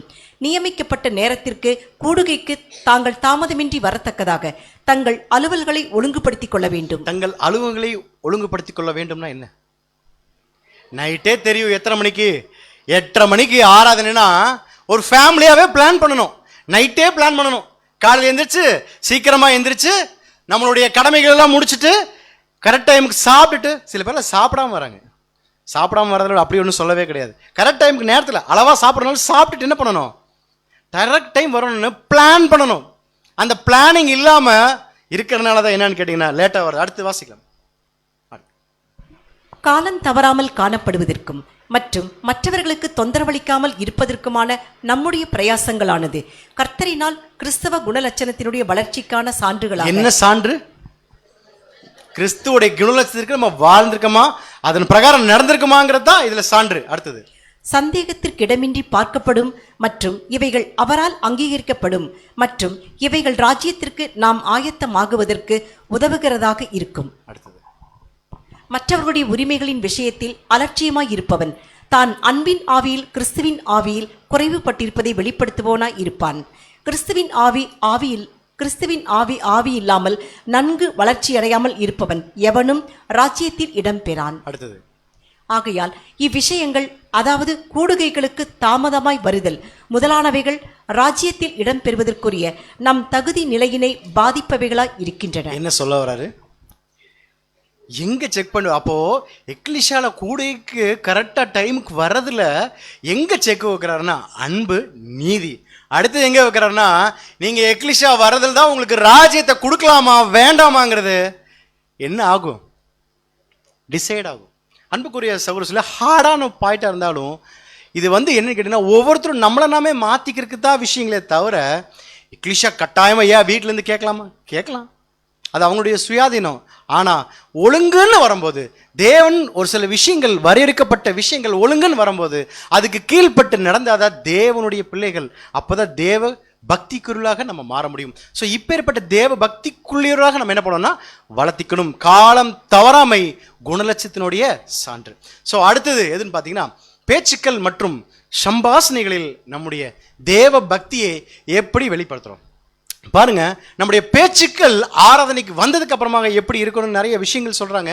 நம்ம உலகத்திலேருந்து ஆராதனைக்கு வரோம் இல்லையா? இடநாளில் வரும், சண்டே வரும். அப்படி வரக்கூடிய விஷயங்களை நம்ம மைண்டுக்குள்ளே நிறைய விஷயங்கள் உலகத்திலேருந்து போகிறோம். அது இடநாள் மீட்டிங்களுக்கு தான் நல்லாவே பொருந்தும். இடநாளில் நிறைய காலையிலேருந்து நம்ம என்ன பண்ணுவோம், உலகத்துக்குள்ள போயிட்டு ஃபேமிலி விஷயங்கள் பார்த்துட்டு அப்புறம் வேலைகளுக்கெல்லாம் போயிட்டு நிறைய விஷயங்கள் மண்டைக்குள்ளே ஏற்றிட்டு நம்ம வருவோம். வந்து நம்ம சிந்தனைகள் எப்படி இருக்கணும்? அமைதலாக இருந்திருக்கா, இல்லை ஆரவாரம் பண்ணுறோமா? ஆரவாரம் பண்ணோம்னா சத்தியம் நமக்கு உள்ளே ஏறாது. கரெக்டா? எதுக்கு இங்க விஷயம் கொடுக்குறாங்க என்னன்னு தெரியுதா? அசம்பிளி. எதுக்கு அசம்பிளி? மனதை ஒருநிலைப்படுத்தணும். வீட்டுக்குள்ள இருந்து வர்றாங்க, அப்ப மனதை ஒருநிலைப்படுத்திட்டு ஸ்கூலுக்கு போகும்போது என்னன்னு கேட்டா படிப்பு மண்டையில ஏறும். அப்ப நம்ம அங்கிருந்து வந்ததுக்கு அப்புறமாக நம்ம ஸ்டார்ட் பண்றதுக்கு முன்னாடி அது என்ன சொல்றது, ஆரவாரம் பண்ணி தேவையில்லாத பேச்சுக்களை நம்ம பேசுறோம் வச்சுக்கோம். பக்தி விருத்திக்கு இல்லாத பேச்சுக்கள் பேசுறோம், என்ன ஆகும்? மண்டையிலேயே சத்தியமே ஏறாது. அதுக்கு பதிலாக இந்த மாதிரி அமைதலாக ஒரு ஜபத்தோட ஒரு பிரேயரோட அந்த வாசிக்கும் போது மற்றவங்க பார்க்கும்போது என்னன்னா, ஓகே நம்ம டிஸ்டர்ப் பண்ண வேண்டாம், நம்ம பேசாமல் நம்மளும் உட்காந்து பேசிகிட்டே இருந்தோம்னா உலக நாயங்களுக்குள்ளே போகும். நான் போன வாரம் அங்கே போனேன், நான் இதை சாப்பிட்டேன், நான் அதை சாப்பிட்டேன், அந்த இடத்துல ஆஃபர் போட்டிருக்காங்க, இங்கே போகலாம் அங்கே போ, இதுதான் பேச்சுக்கள் வருமே தவிர பக்தி விருத்திக்குண்டான பேச்சுக்கள் வராது. வசனம் வாசிக்கலாம் பாரு. 1 தீமோத்தேயு 4:7. 1 தீமோத்தேயு 4:7. சீர்கேடும் கிளவிகள் பேச்சுமாய் இருக்கிற கட்டுக்கதைகளுக்கு விலகி தேவ பக்திக்கு ஏதுவாக முயற்சி பண்ணு. சீர்கேடும் கிளவிகள் பேச்சுமா இருக்குது. கிளவிகள் ரொம்ப ஆக்வர்டா இருக்கு இல்லையா? வயதான பாட்டிகள் எடுத்துக்கலாமா? பாருங்க, வயதான பாட்டிகள் இங்க பேசினா பரவாயில்ல, எங்க பேசியிருக்காங்க. அப்ப எப்படி அப்போஸ்தலர் காலத்துல வாழ்ந்த காலத்திலேயே சீர்கேடும் கிளவிகள் பேச்சுமா இருக்குன்னு சொல்றாருன்னா அங்கிருந்தே இருக்கு. அது என்ன சீர்கேடும் கிளவி பேச்சுகள்? கிளவி மாதிரினா வயதான அம்மாக்கள்னு வச்சுக்கோங்களேன், வயதான பாட்டிமார்கள் மாத்திக்கலாம் பேர், ரொம்ப ஆக்வர்டா இருக்கு. எப்படி பேசுவாங்க? காசிப் பேசுவாங்க. பக்தி விருத்துக்கு பேசுவாங்களா? காசிப். நடக்காத ஒன்ன நடந்த மாதிரியே அப்படியே உருவப்படுத்தினா அது கரெக்டா இருக்க மாதிரியே இருக்கும் இல்லையா? அதுதான் சீர்கேடும் கிளைவுமான பேச்சு. இந்த மாதிரி பேச்சுக்கள் பேசுறோமா? எக்லிஷால ஒருத்தரை கட்டி எழுப்பணும். பக்தி விருத்துக்கான அந்த விஷயங்கள் சோர்வு படும் போது, சோர்ந்து படக்கூடிய விஷயங்கள்ல அவங்க தள்ளாடிட்டு இருக்கும்போது நம்ம பக்தி விருத்துக்கான அந்த வார்த்தைகளை பேசும்போது தான் கட்டி எழுப்ப முடியும். அடுத்த விஷயங்கள் வாசிக்கலாம் பாருங்க. எபேசியர் 4:29. எபேசியர் 4:29. கெட்ட வார்த்தை ஒன்றும் உங்கள் வாயிலிருந்து புறப்பட வேண்டாம், பக்தி விருத்திக்கு ஏதுவான நல்ல வார்த்தைகளை மாத்திரம் பேசுங்கள். அதாவது பக்தி விருத்திக்கு உண்டான வார்த்தைகள் இல்லைன்னா என்ன பண்ண வேண்டாம்னா பேச வேண்டிய அவசியம் இல்லை. நம்முடைய மூத்த சார் கொடுக்கக்கூடிய விஷயங்கள் 5187 இது வாசிக்க வேண்டாம், நான் சொல்லிடுறேன். நம்ம தேவனுடைய ஆலயத்தில் மட்டும் இல்லை, எங்கு கூடினாலும் நம்முடைய பேச்சுக்கள் ஆரவாரம் பண்றதுக்கு இல்லை, சம்பாஷணைகள் பண்ணுவதற்கல்ல, நம்முடைய ஒழுக்கத்தோட பக்தி விருத்திக்கு ஏதுவான வார்த்தைகள் தான் பேசணும். நம்ம வந்ததுக்கு அப்புறமாக, எக்லிஷியா வந்ததுக்கு அப்புறமா நம்ம தேவையில்லாத வார்த்தைகள் பேசக்கூடாது. நம்ம அந்த சத்தியத்தை கேட்கறதுக்கு காது உள்ளவராக தயார்படுத்தணும். ஸோ நம்ம பக்தி விருத்திக்கான பேச்சுக்கள் பேச முடியல அப்படின்னா நம்ம என்ன பண்ணலாம்னா ஆட்டோமேட்டிக்காக என்ன பண்ணலாம்னா ஒன்றும் பேசணும், ப்ரேயர் அட்டன் பண்ணுறோமா, பக்தி விருத்திக்கான வார்த்தைகள் இல்லைன்னா ஆட்டோமேட்டிக்காக கலைஞ்சு பேசாமல் போயிடலாம். அவ்விடத்தில் மாத்திரமல்லாம் இது மட்டும் வாசிச்சலாங்க. அவ்விடத்திற்காக மாத்திரம் அல்லாமல் அத்தருணத்திற்காகவும் என்றுள்ள பயபக்தியுடன் உரையாடப்பட வேண்டும். இங்கும் அங்குமாக திரும்பி பார்த்து இந்த சகோதரர் அந்த சகோதரர், இந்த சகோதரி அந்த சகோதரி வருகின்றார், அவர்கள் பாடுவதை நாங்கள் கேட்கின்றோம் என்று சொல்லக்கூடாது. இத்தகைய நடத்தை என்பது மிகவும் தகுதியற்றதாகும். சம்பந்தமே இல்லாம எங்க பாடுறத பத்தி இல்லையா? சம்பந்தமே இல்லாம பாடுறத குறித்து பேசுறாங்க. என்னன்னா, வாங்க அந்த சகோதரி பாடுறத கேட்போம், இந்த சகோதரி பாடுறத கேட்போம் வாங்கன்னு நம்மளும் என்ன பண்ணக்கூடாதுன்னா ஆரவாரம் பண்ணக்கூடாதுங்கிறாரு சகோதரர் எழுதியிருக்காரு. அடுத்த வாசிக்கலாம் பாருங்க. 1 கொரிந்தியர் 15:33. 1 கொரிந்தியர் 15:33. மோசம் போகாதிருங்கள், ஆகாத சம்பாஷணைகள் நல்லொழுக்கங்களை கெடுக்கும். மோசம் போகாதிருங்கள், ஆகாத சம்பாஷணைகள். இந்த ஆகாத சம்பாஷணைகள்ங்கிறது பார்த்தீங்கன்னா இந்த தெளிந்த புத்தியுள்ள ஆவி இல்லாதவர்கள், தெளிந்த புத்தியுள்ள ஆவி இல்லாதவர்கள் என்ன பண்ணணும் பார்த்தீங்கன்னா இந்த ஆகாத சம்பாஷணைகள்ல பேச்சு வரும். அதிருப்தியின் ஆவி. இந்த அதிருப்தி நாவி இருப்பாங்களா இல்லையா? எல்டர் சரியில்லை, டீக்கன் சரியில்லை, அந்த சகோதரன் சரியில்லை, இவர் சரியில்லை, இங்க நடக்கிறதே சரியில்லை, என்னை கூப்பிடவே இல்லை, என்னை எல்லாம் கூப்பிடவே இல்லை, எக்லீஷியாக்கு வரல, ஏன்னு கேட்கல, ஏன்னே கேட்கல, நான் உடம்பு சரியாம படுத்திருந்தேன், என்னை ஏன்னு கூட கேட்கல. அப்படின்னு என்ன பண்ணுவாங்கன்னா, ஆகாத சம்பாஷணைகள் என்ன பண்ணுவோம்னா மற்றவங்களுக்கு புகுத்தணும். இந்த மாதிரி கேள்விகள் நமக்குள்ள மனசுல வருதா? இது சரியில்லை, அது சரியில்லைன்னு. எக்லிஷியா டூர் கூட்டிட்டு போனோம். எக்லிஷியா டூரா? அப்பா நல்லா இருக்கே. எக்லிஷியா டூர் கூட்டிட்டு போகணும். எங்க கூட்டிட்டு போகணும்னா, நம்ம எவ்வளவு ஒரு பிளஸ்ட் எக்லிஷியால இருக்காங்கிறது அந்த அருமை தெரியறது இல்லை. கரெக்டா? இன்னொரு எக்லிஷியால டூர் கூட்டிட்டு போனாதான் தெரியும் அங்க நடக்கக்கூடிய விஷயங்கள், எந்த மாதிரி விஷயங்கள் நடந்துட்டு இருக்கு தெரியுங்களா? சண்டை நடந்துட்டு இருக்கு, சேர் எடுத்து அடிக்கிறாங்க, எல்லா விதமான காரியங்களும் புது சிருஷ்டியின் மத்தியிலேயே ரொம்ப துணிகரமாக சபைக்குள்ள போயிட்டு இருக்கு.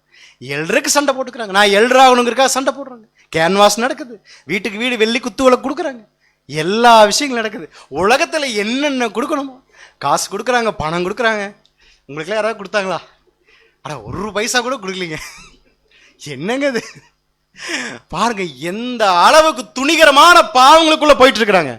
சிரிக்கணும், ஆனா இது ரொம்ப ரொம்ப சிந்திக்க வேண்டிய விஷயம்.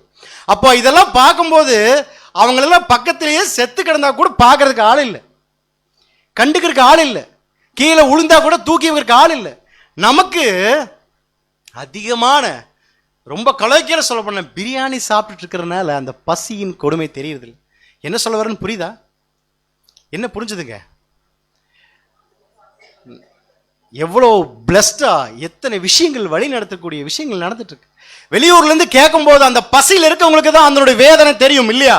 அந்த பசியில் இருக்கவங்க, பிரதர் உங்க மூப்பரை அனுப்புங்க, நான் சண்டை போட்டிருக்கேன், ஏங்க எங்க மூப்பரை எப்ப பார்த்தாலும் நீங்க கூப்பிட்டே போயிட்டு இருந்தீங்கன்னா எங்க எக்லிஷாவை நாங்க எப்படி பாத்துக்கிறது இல்லையா? நீங்க பாட்டு கூட்டிட்டு போயிருங்க, ஒரு நாள ஷெட்யூல் கொடுங்க. எங்க பிரதர் ஒரு நாள் ஷெட்யூல், இங்க ஒரு லைவ் போட்டு ஒரு எக்லிஷாவை உட்காந்து பார்த்துட்டு இருக்காங்களே இல்லை? ஏன்? அவங்களுக்கு அது இல்லை. பசியில இருக்கவங்களுக்கு மட்டும்தான் இந்த விஷயங்கள். நம்ம பிரியாணி சாப்பிட்டுட்டு இருக்கிறனால என்ன ஆகுதுன்னு கேட்டீங்கன்னா, அதனால ஆகாத சம்பாஷணைகள், இந்த மாதிரி அதிருப்தியா இருக்கக்கூடியவங்க என்ன நினைக்கணும்னா, இன்னொரு இடத்துக்கு போனோம்னா இதை விட இன்னும் மோசமா தான் இருக்கும். நம்ம அதனால என்னன்னா, நம்ம யாரை பார்க்க வரோம்? சகோதரர்கள் சகோதரர்கள் பார்க்க வரோமா? அவங்கள ரோடல் மாடலா வச்சோம்னா நம்ம விழுந்து போயிடும். எல்லாருமே சரியானா 100க்கு 100 யாரும் சரிமா? கிறிஸ்து தவிர 100க்கு 100 பண்ணது யாருமே கிடையாது. அது மூப்பரானாலும் சரி, உதவிக்காராலும் சரி, சகோதர சொல்லி யாரா இருந்தாலும் சரி, 100க்கு 100 வர முடியுமா? அப்படி ஓடினது ஒருத்தர் மட்டும்தான். கிறிஸ்து தான் நமக்கு ரோல் மாடல். சோ இப்பேற்பட்ட தேவ பக்திக்கு நம்மளை வழி நடத்துச்சா, இந்த ஆகாத சம்பாஷணைகள் நமக்கு தேவ பக்திக்கு வழி நடத்துச்சா அப்படிங்கிறது நம்மை நாமே நிதானித்து பார்க்கணும். அடுத்த விஷயங்கள், பிள்ளைகள் வளர்ப்பதில் தேவ பக்தி. என்னங்க வரும்போதெல்லாம் பிள்ளைகளை பத்தி பேசிட்டு இருக்கீங்க? உங்களுக்கு பிள்ளைகள் மேல பாசமே இல்லைங்க, எப்ப பார்த்தாலும் பிள்ளைகளை பத்தியே பேசிட்டு இருக்கீங்க சொல்றீங்களா? வசனம் வாசிக்கலாம் பாருங்க. நீதிமொழிகள் 22ஆம் அதிகாரம் 6ஆம் வசனம்.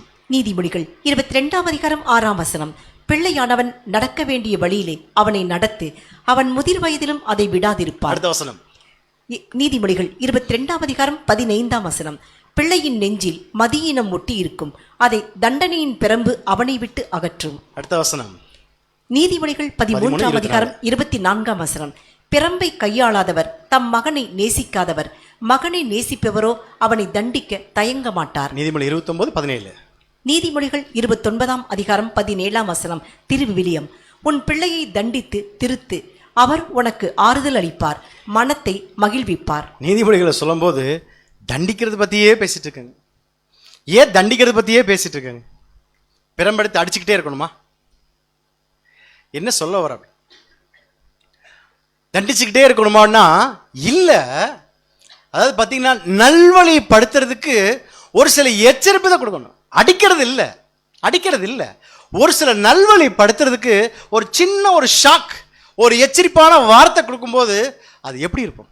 அவன் முதிர் வயதிலும் விடாதிருப்பான், அவன் பிள்ளை நெஞ்சில் மதியினம் ஒட்டி இருக்கும்.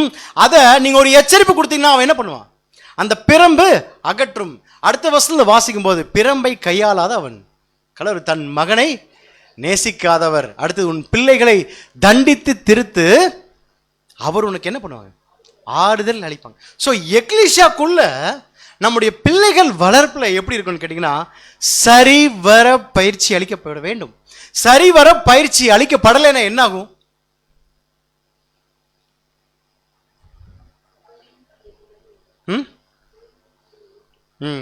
ஸோ பார்த்தீங்கன்னா யார் மாதிரி இருக்கும்? ஏழையின் பிள்ளைகள். ஸோ சரிவர பயிற்சி அளிக்கப்படாத பிள்ளைகள். வாசி இது ரீபிட் நம்பர் 5809 வாசிக்கலாம் சகோதரி. சரிவர பயிற்சி அளிக்கப்படாத பிள்ளைகளை அங்கு கூட்டிச் செல்லாதபடிக்கு நாம் கவனிக்க வேண்டும். இப்படி செய்வோமானால் மற்றவர்களுக்கு தொந்தரவாய் இருக்கும் அபாயத்திற்குள்ளாகாதிருப்போம். குழந்தைகளை வீட்டில் விட்டு வர முடியாத நிலை இருக்கலாம். அப்படிப்பட்ட சூழ்நிலை இருக்கும்போது பெற்றோர் சுழற்சி முறையில் கூட்டங்களுக்கு வரலாம். குழந்தைகளது வருகை மற்றவர்களது ஆவிக்குரிய கவனத்திற்கு தடைகள் விளைவிக்குமானால் குழந்தைகளை அழைத்து செல்லாமல் தவிர்ப்பது நல்லது. கூட்டங்களில் குழந்தைகள் தொந்தரவு பண்ணாத வயது வரும் வரை குழந்தைகள் வீட்டில் விடப்படுவதற்கு ஒரு வழிவகை செய்யப்பட வேண்டும். பெரும்பாலான பெற்றோர்கள் தங்கள் பிள்ளைகள் செய்யும் காரியங்களில் பழக்கப்பட்டிருப்பார்கள். அவர்கள் மற்றவர்களுக்கு தொந்தரவாக இருக்கிறார்கள் என்பதை உணராதிருக்கிறார்கள். அவர்களது ஒவ்வொரு அசைவும் மற்றவர்களுக்கு தொந்தரவாக இருக்கலாம். மற்றவர்கள் தங்களது பொறுமைக்கு வந்த சோதனைகளை பெறுகிறார்கள். ஆகையால் இவ்விஷயங்கள், அதாவது ஒழுங்கற்ற பிள்ளைகள் முதலானவைகள் ராஜ்யத்தில் இடம் பெறுவதற்குரிய நம் தகுதி நிலையினை பாதிப்பவைகளால் இருக்கின்றன. பிள்ளைகளை குறித்து சொல்லும்போது சரிவர பயிற்சி அளிக்கப்படாத பிள்ளைகள். ஸோ மூத்த சார் கொடுக்கக்கூடிய விளக்கம் எப்படின்னு கேட்டிங்கன்னா, உங்கள் பிள்ளைகளை தொந்தரவு பண்ணுறாங்கன்னு வச்சுக்கோங்களேன். தொந்தரவு பண்ணும்போது நீங்கள் என்ன பண்ணுங்க, வீட்லேயே விட்டு வந்துடுங்க. வீட்டிலே விட்டுறலாமா அதுக்காக? ஸோ இது நமக்கு பொருந்தாது, நம்ம எக்லிஷாக்கு பொருந்தாது. ஏன்? நமக்காக நம்ம பார்த்துக்க வேண்டிய விஷயம் சண்டே கிளாஸ் டீச்சர்ஸ் என்ன பண்ணுறாங்க, அவங்க எல்லா விதமான விஷயங்களை அவங்க ஏற்றுக்கிறாங்க. குழந்தைங்க பசிக்குதுங்க, அவங்க என்ன பண்ணுவாங்க, சாப்பாடு ஊட்டிகிட்டு இருப்பாங்க, பாத்ரூம் போகும்னு சொல்லுவாங்க, கூட்டிகிட்டு போவாங்க. எல்லா விஷயங்களும் நம்ம பண்ண வேண்டிய விஷயங்களை அவங்க என்ன பண்ணிடுறாங்க, அவங்க பண்ணுறதுனால இது நமக்கு முக்கியமான பாயிண்ட்ல. ஆனாலும் ஒரு சில குழந்தைகளை நம்ம இங்கே வச்சு கூட்டிகிட்டு வந்து உட்காரும் போது என்ன ஆகுதுன்னு பார்த்தீங்கன்னா, இடரல் உண்டாகுது. மற்றவங்களுக்கு இடரல் உண்டாக்குதா?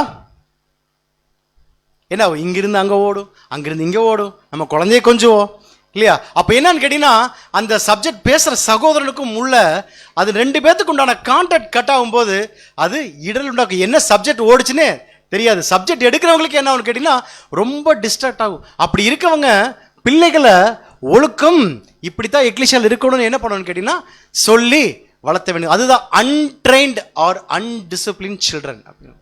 ஸோ இந்த அன்ட்ரெயின்டு விஷயங்கள் வரும்போது குழந்தைகள் இல்லை, பெருசாக ஆனதுக்கு அப்புறம் கூட அந்த வாலிப வயசுல கூட எப்படி வழிநடத்த வேண்டும் சொல்லும்போது வாசிக்கலாம் சகோதரி.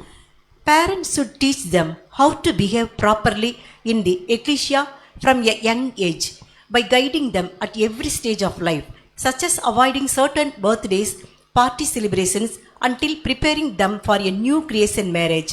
Parents can help them grow in strong character and firm faith. என்ன சொல்ல வராங்க, அதாவது சரிவர பயிற்சி அளிக்கப்படாத பிள்ளைகள் எப்படி ட்ரெயின் பண்ணணும்னா, பர்த்டே பார்ட்டி கொண்டாடுறதுலேருந்து புதுசாக இருக்கல பாயிண்ட், பர்த்டே கொண்டாடுறத கூட சொல்லி வளர்க்கணுமாம்மா. புது சிஷியன் மத்தியில் எத்தனை பேர் பர்த்டே கொண்டாடுறோம் நம்ம குழந்தைகளுக்கு ஸ்டேட்டஸ் வைக்கிறோம் இல்லையா? Oh my child is going to school now, is eating now, is playing now. எங்கள் குழந்தைங்கன்னா சோறு திங்க தாங்க செய்யும், குழந்தைங்கன்னா ஸ்கூலுக்கு போய் தாங்க ஆகணும். Is eating Cerelac. என்னங்க லவ்லி சைல்டு ஸ்டேட்டஸ் பார்த்தா சிரிப்பு தான் வருது. குழந்தைங்கன்னா ஸ்கூலுக்கு போய் தான் ஆகும், அடம் பிடிச்சி தான் ஆகும், விளையாட்டு தான் செய்யும் இல்லையா? அதை நம்ம எவ்வளோ நேசிக்கிறோம் பாருங்க. அந்த ஒரு சில விஷயங்களுக்கு பர்த்டே செலிப்ரேஷன் போயிட்டு இருக்காங்க நம்முடைய புது சிஷியின் மத்தியிலே. என்ன பண்ணுறோன்னா பார்ட்டி செலிப்ரேஷன். அதுக்கப்புறம் ஒவ்வொரு விஷயத்திலும் ஒவ்வொரு பருவம் அடையும் போதும் ஒரு பேரண்ட்ஸோடைய கடமை சொல்லிக் கொடுக்கணும், பயிற்றுவிக்கணும். இந்த விஷயத்துல பருவம் அடையும் போது இந்தந்த மாற்றங்கள் வரும், அது இன்ஃபாக்சுவேஷன்ங்கிறது சொல்லி கொடுத்து வளர்த்தணும். ஏன்னா இதெல்லாம் நம்மள கடந்து தான் வந்திருக்கோம். அதை நம்ம பிள்ளைகளுக்கு சொல்லிக் கொடுக்கணும். அவங்களை எதுக்காக தயார்படுத்தணும்? புது சிஸ்டின் மேரேஜுக்காக தயார்படுத்தணுமா? இந்த உலகத்தில் நடக்கிற மேரேஜுக்காக தயார்படுத்தணும். ஏன்னா அநேக வாலிப பிள்ளைகள் எதுல விழுவாங்கன்னு பார்த்தீங்கன்னா, இந்த லவ் மேரேஜில் விழுவாங்க, லவ் பண்றதுல விழுவாங்க. நம்ம கிறிஸ்துவத்தான் லவ் பண்ணுமே தவிர நம்ம என்ன பண்ணக்கூடாதுன்னா இந்த லவ் மேரேஜில் போய் விழுகிற விஷயங்களுக்கு நம்ம என்கரேஜ் பண்ணக்கூடாது. ஏன்னா உலகத்தார் பண்ற விஷயம் அது வரும், வராமலே இல்லை, எல்லாத்துக்கும் அந்த வாலிப வயசுல வரும். ஆனா பேரண்ட்ஸோடைய முக்கியமான கடமை என்ன தெரியுங்களா? பயிற்றுவிக்கணும். இது இந்த வயசுல இது வந்துதான் ஆகும். ஆனா நீ இது எப்படி மேற்கோள் பண்ணணும், இது ஒரு விஷயமே இல்லை. நம்ம கிறிஸ்துவோட இணைறது தான் மேரேஜ் சொல்லி வைக்கணும். ஒரு சிலர் லவ் பண்ணிட்டு இருவாங்க, புது சிஷியின் குடும்பத்திலேயே லவ் பண்ணிடுவாங்க. பண்ணிட்டு என்ன பண்ணுவாங்கன்னு கேட்டீங்கன்னா, என்ன பண்ணுவாங்க, என்ன வேணும் அவங்களுக்கு, பிராண்ட் வேணும். என்ன பிராண்டு, என்ன பிராண்டு, பிராண்ட் வேணும், நம்ம நேம் வேணும், பிராண்ட் வேணும். ஐடியா இருக்கா? வேத மாணவ ஐக்கிய சபையின் படி, எதுக்காக? வேத மாணவ ஐக்கிய சபையின் படி பெரியோர்களால் நிச்சயம் பண்ணப்பட்டு நம்ம பிள்ளைகளை 4 தட்டி தட்டி வளர்த்தாம என்ன பண்ணுவோம்னு கேட்டீங்கன்னா கன்வின்ஸ் பண்றது. இதுக்காக வேற மேரேஜ் கமிட்டி ஒரு மூப்பரை வேற வச்சிருக்கோம். நம்ம மூப்பர் இருக்கிற வேலை இல்லையா, அதுக்காக வச்சிருக்கோம். அவர் சபையை பார்ப்பாரா, அவர் குடும்பத்தை பார்ப்பாரா, இல்ல நம்ம பிள்ளைகளை ஒழுக்கமா வளர்த்தாத விஷயத்துக்கு அவர் என்ன பண்ணுவாருன்னா பஞ்சாயத்து பண்ணுவார். சிந்தன் பேர் வச்சிருக்கோம் இல்லையா மேரேஜ் கமிட்டி.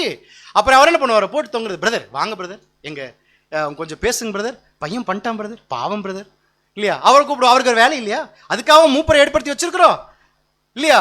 அவரு சொந்த குடும்பத்தை பார்ப்பாரா, இல்ல நம்முடைய எக்லிஷாவோட குடும்பத்தை பார்ப்பாரா, இல்ல இதுகளை பார்த்துட்டு இருப்பாரு. அப்ப குழந்தைகளை பயிற்றுவிக்க வேண்டிய விஷயத்துல ஒரு ஒழுங்குகளோட இப்படித்தான் இருக்கணும், ஸ்ட்ரிக்டா இருக்கணும். அது பேருக்கு மட்டும் வேத மாணவ ஐக்கிய சபை படி பெரியவர்களால் நிச்சயிக்கப்பட்டு அனைத்து பரிசுத்தவான்கள் நம்மளும் என்ன பண்றோம், வேற வழியே இல்லாம பரிசுத்தவான்கள் அந்த கல்யாணத்துக்கு போக வேண்டிய சூழ்நிலை இருக்கு.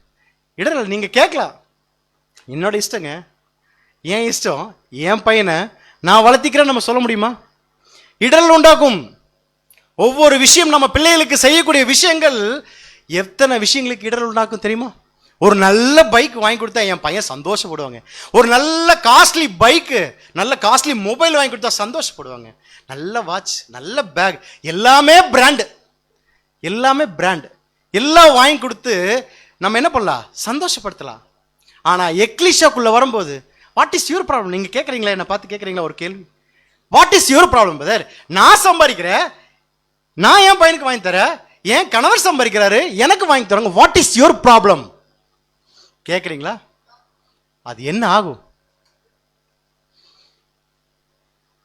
அடுத்த குழந்தைக்கு டிஸ்டர்பன்ஸ் ஆகும். நம்ம வாங்கி கொடுப்போம், 1 லட்ச ரூபா லோனை போட்டால் வாங்கி கொடுப்போம். ஆனா இன்னொரு சகோதரனுக்கு ஒரு சகோதரிக்கோ வாங்கி கொடுக்க முடியுமா? பார்க்க வச்சுட்டு சாப்பிடாதீங்க நம்ம கேள்விப்பட்டிருக்கல, உலகத்திலே சொல்லுவாங்க இல்லையா, பார்க்க வச்சுட்டு சாப்பிடாதுன்னு சொல்லுவாங்களே. என்ன பார்க்க வச்சுட்டு சாப்பிடாதுன்னு என்ன அர்த்தம்? அவங்க பசியோடு இருப்பாங்க, நம்ம உட்காந்து பிரியாணி சாப்பிட்டுட்டு இருக்கோம், பக்கத்தில் உட்காந்துட்டு அவங்க சாப்பிடும் போது எவ்வளவு ஏக்கமா பார்ப்போம். அப்ப என்ன கொண்டுறோம், எப்படி வளர்த்தணும்? நாளைக்கு they are the upcoming speakers. ஒரு ஊழியக்காரர்களை நம்ம மாற்றணும். ஒரு சகோதரியா இருந்தாலும் அவங்களும் ஒரு ஊழியக்காரி தான். அப்போ எதுக்காக நம்ம ட்ரெயின் பண்ணணும்? அப்போ ஒரு ஊழியக்காரனா ஒரு ஊழியக்காரியனா நம்ம தயார்படுத்தணும்னா எத்தனை விஷயங்கள் நம்ம தாழ்மை கற்றுக் கொடுக்கணும், ஏழ்மை கற்றுக் கொடுக்கணும். ஆண்டவராக இயேசு கிறிஸ்து அவர்கிட்ட இல்லாத பணமா? உலகத்தின் ஐஸ்வர்யவான், உலகமே அவருக்கு தான் சொந்தம். அவர் போட்டுக்கலாமே, 10 விரலுக்கு 10 மோதிரம் போட்டுக்கலாமே, வைடீரத்தாலே தன்னை அலங்கரிச்சிருக்கலாமே, சப்பல் போடும் போது தங்கத்தில் போட்டுக்கலாமே, பிரசங்கிக்கும் போது எதுக்குங்க தரித்திரரா போய் அவர் போய் பிரசங்கிக்கணும்? அப்ப நம்ம அப்கமிங் ஸ்பீக்கர்ஸ் இன்னைக்கு பாரு ஊழியம் பண்றதுக்காக போயிருக்காங்க. அப்போ பயிற்றுவிக்கும் போது தான் நம்ம ஊழியக்காரங்க அங்கே போகும்போது சரியான பாத்ரூம் இருக்காது, பிரயாணம் பண்ணும்போது தூக்கம் வராது. அப்போ எத்தனை விஷயங்களை டாலரேட் பண்றது. நம்ம எதுல பயிற்றுவிக்கணும்னா இன்னொருத்தருக்கு இடல் உண்டாக்குதா, இன்னொருத்தருக்கு குழந்தைக்கு வாங்கியே கொடுக்க முடியல, அவங்க அந்த ஏக்கத்துக்கு நம்ம விடலாமா? அந்த ஏழ்மைய எக்லிஷாலேருந்து கடைபிடிக்கணும். ஸோ இந்த தேவ பக்தி குருவிலாக நம்ம மட்டும் வளர்ந்தா பத்தாது, நம்முடைய பிள்ளைகளை சரிவர பயிற்சி அளிக்கப்பட்டோம்னா அவங்களும் தேவ பக்தி குருவிலாக எக்லிஷால இடரில் உண்டாக்காம இருப்பாங்க.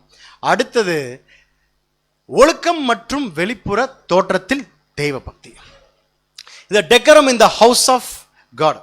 நம்முடைய ஆடை, நம்முடைய வஸ்திரம், இதன் மூலியமாக நம்ம தேவ பக்திக்கு வழி நடத்துறோமா, கொண்டு போகுதா, அல்லது இடரல் உண்டாக்குறோமா? வாசிக்கலாம் 1 தீமோத்தேயு 2ஆம் அதிகாரம் 9ஆம் வசனம். 1 தீமோத்தேயு 2ஆம் அதிகாரம் 9ஆம் வசனம். ஸ்திரீகளும் மயிரை பின்னுதலினாலாவது, பொன்னினாலாவது, முத்துக்களினாலாவது, விலையேற பெற்ற வஸ்திரத்தினாலாவது தங்களை அலங்கரியாமல். டைரக்டா எங்க வந்துட்டாரு? சகோதரிகிட்ட வந்துட்டாரு இல்லையா? ஏன் சகோதரிகிட்ட வரணும்? அப்போஸ்தலர் பவுலுக்கு உங்க மேல ரொம்ப பாசம், ரொம்ப பாசம். அதனால டைரக்டா வந்துட்டாரு. ஏன்னா எங்க அதிகமா இருக்கோ அங்க கடிந்து கொண்டுட்டோம்னா யார் இது பண்ணுவோம்? அப்போ இப்ப சகோதரர்லாம் யாரும் மேக்கப் பண்றதே நினைச்சுக்க வேண்டாம். சகோதரிட்ட இருந்தே கடன் வாங்குறோம்.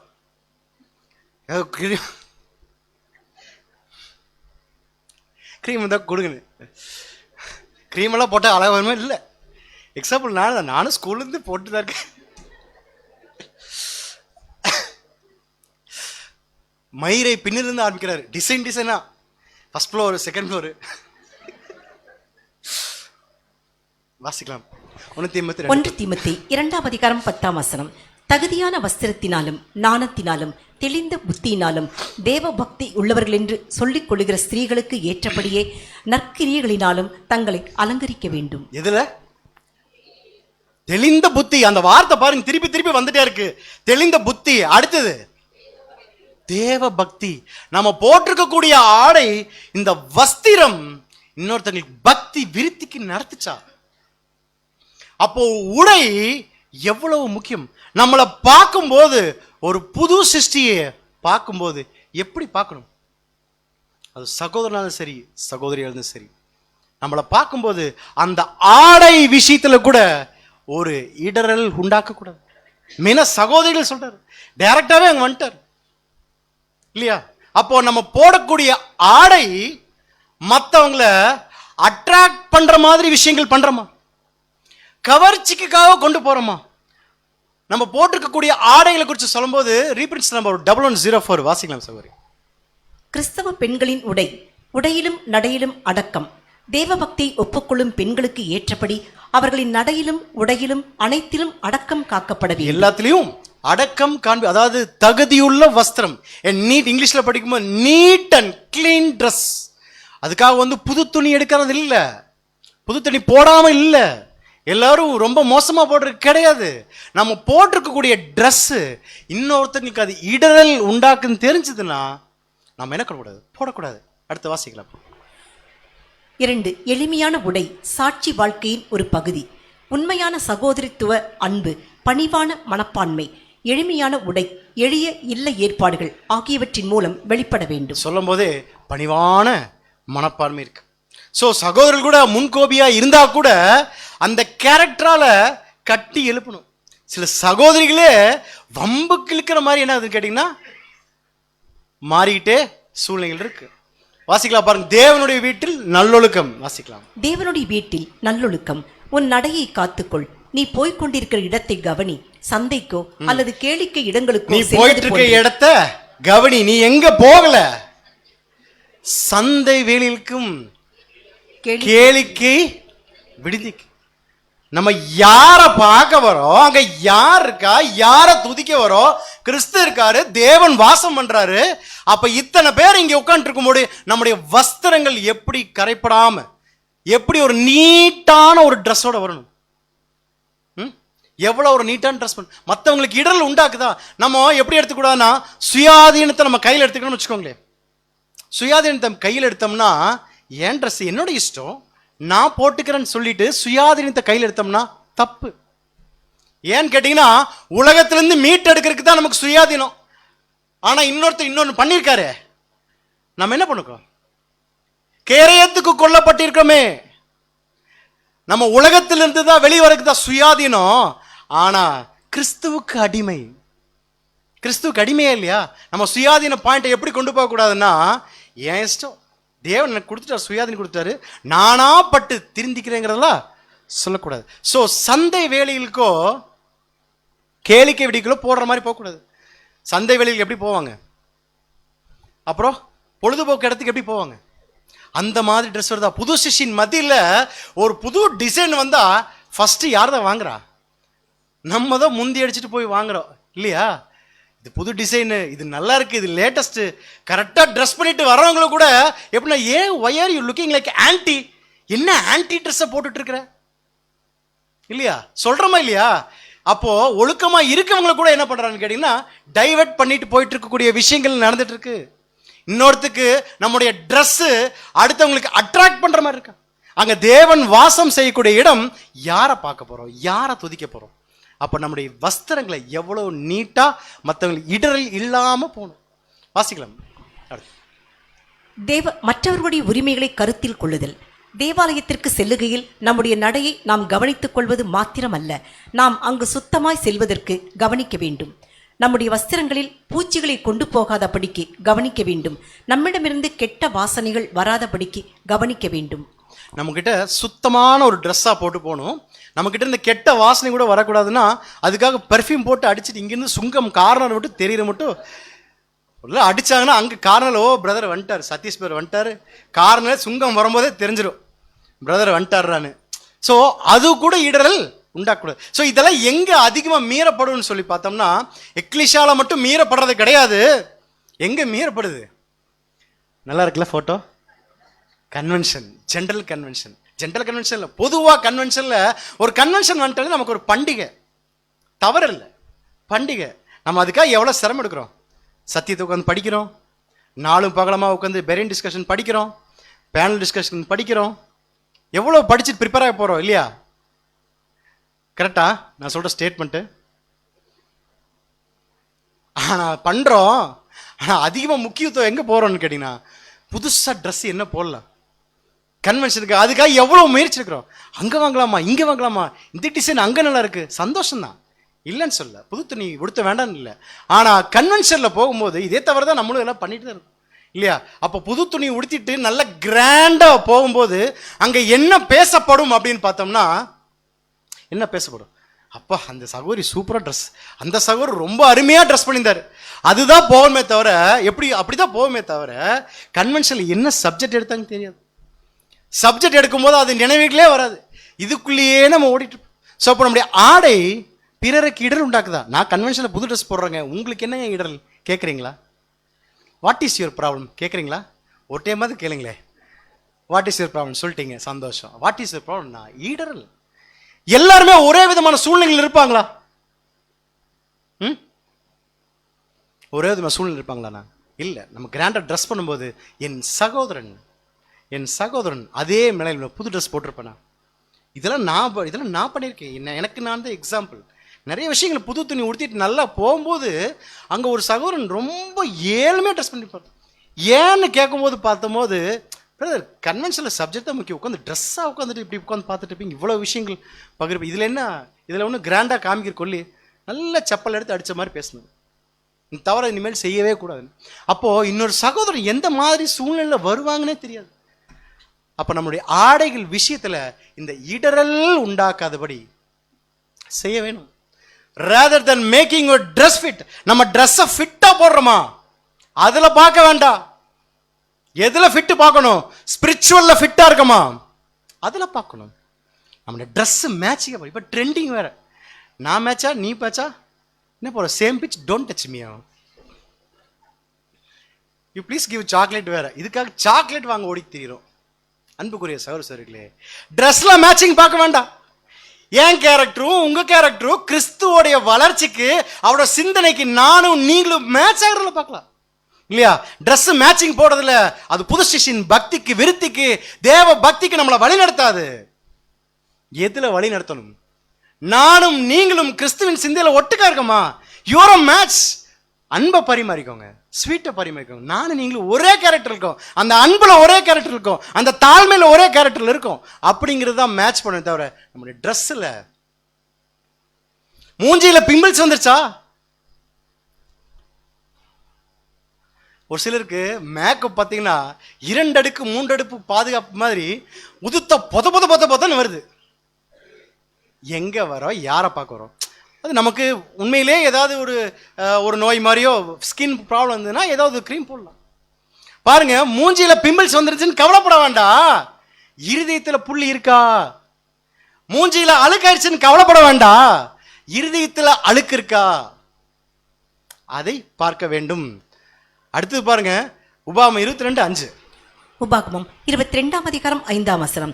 புருஷரின் உடைகளை ஸ்திரீகள் தரிக்கலாகாது, ஸ்திரீகளின் உடைகளை புருஷர் தரிக்கலாகாது. அப்படி செய்கிறவர்கள் எல்லாரும் உன் தேவனாகிய கர்த்தருக்கு அருவருப்பானவர்கள். என்ன சொல்ல வராங்க? ட்ரெஸ் என்ன பண்ணுவாங்க? நீங்க சகோதர ட்ரெஸ் சகோதரிகள் போட வேண்டாம், சகோதரிகள் ட்ரெஸ் சகோதரர்கள் போட. இது நியாயப்பிரமாணத்தில் கொடுத்தது. இது நமக்கு எப்படி பொருந்தும்? இப்ப பொருந்துமானா ஒரு சில ஒழுங்குகளுக்கு தான் ஒரு சில விஷயங்கள் பண்றாங்க. ஒவ்வொரு காலத்திலையும் ஒவ்வொரு இடத்துக்கு தகுந்த மாதிரி ஒரு ட்ரெஸ் இருக்கு.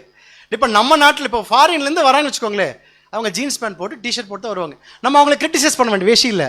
ஆனா ஒவ்வொரு ஊருக்கு தகுந்த மாதிரி ஒரு ஆடைகள் இருக்கு இல்லையா, அதை போட்டா மட்டும்தான் ஒரு ஒழுங்குல இருக்கும்.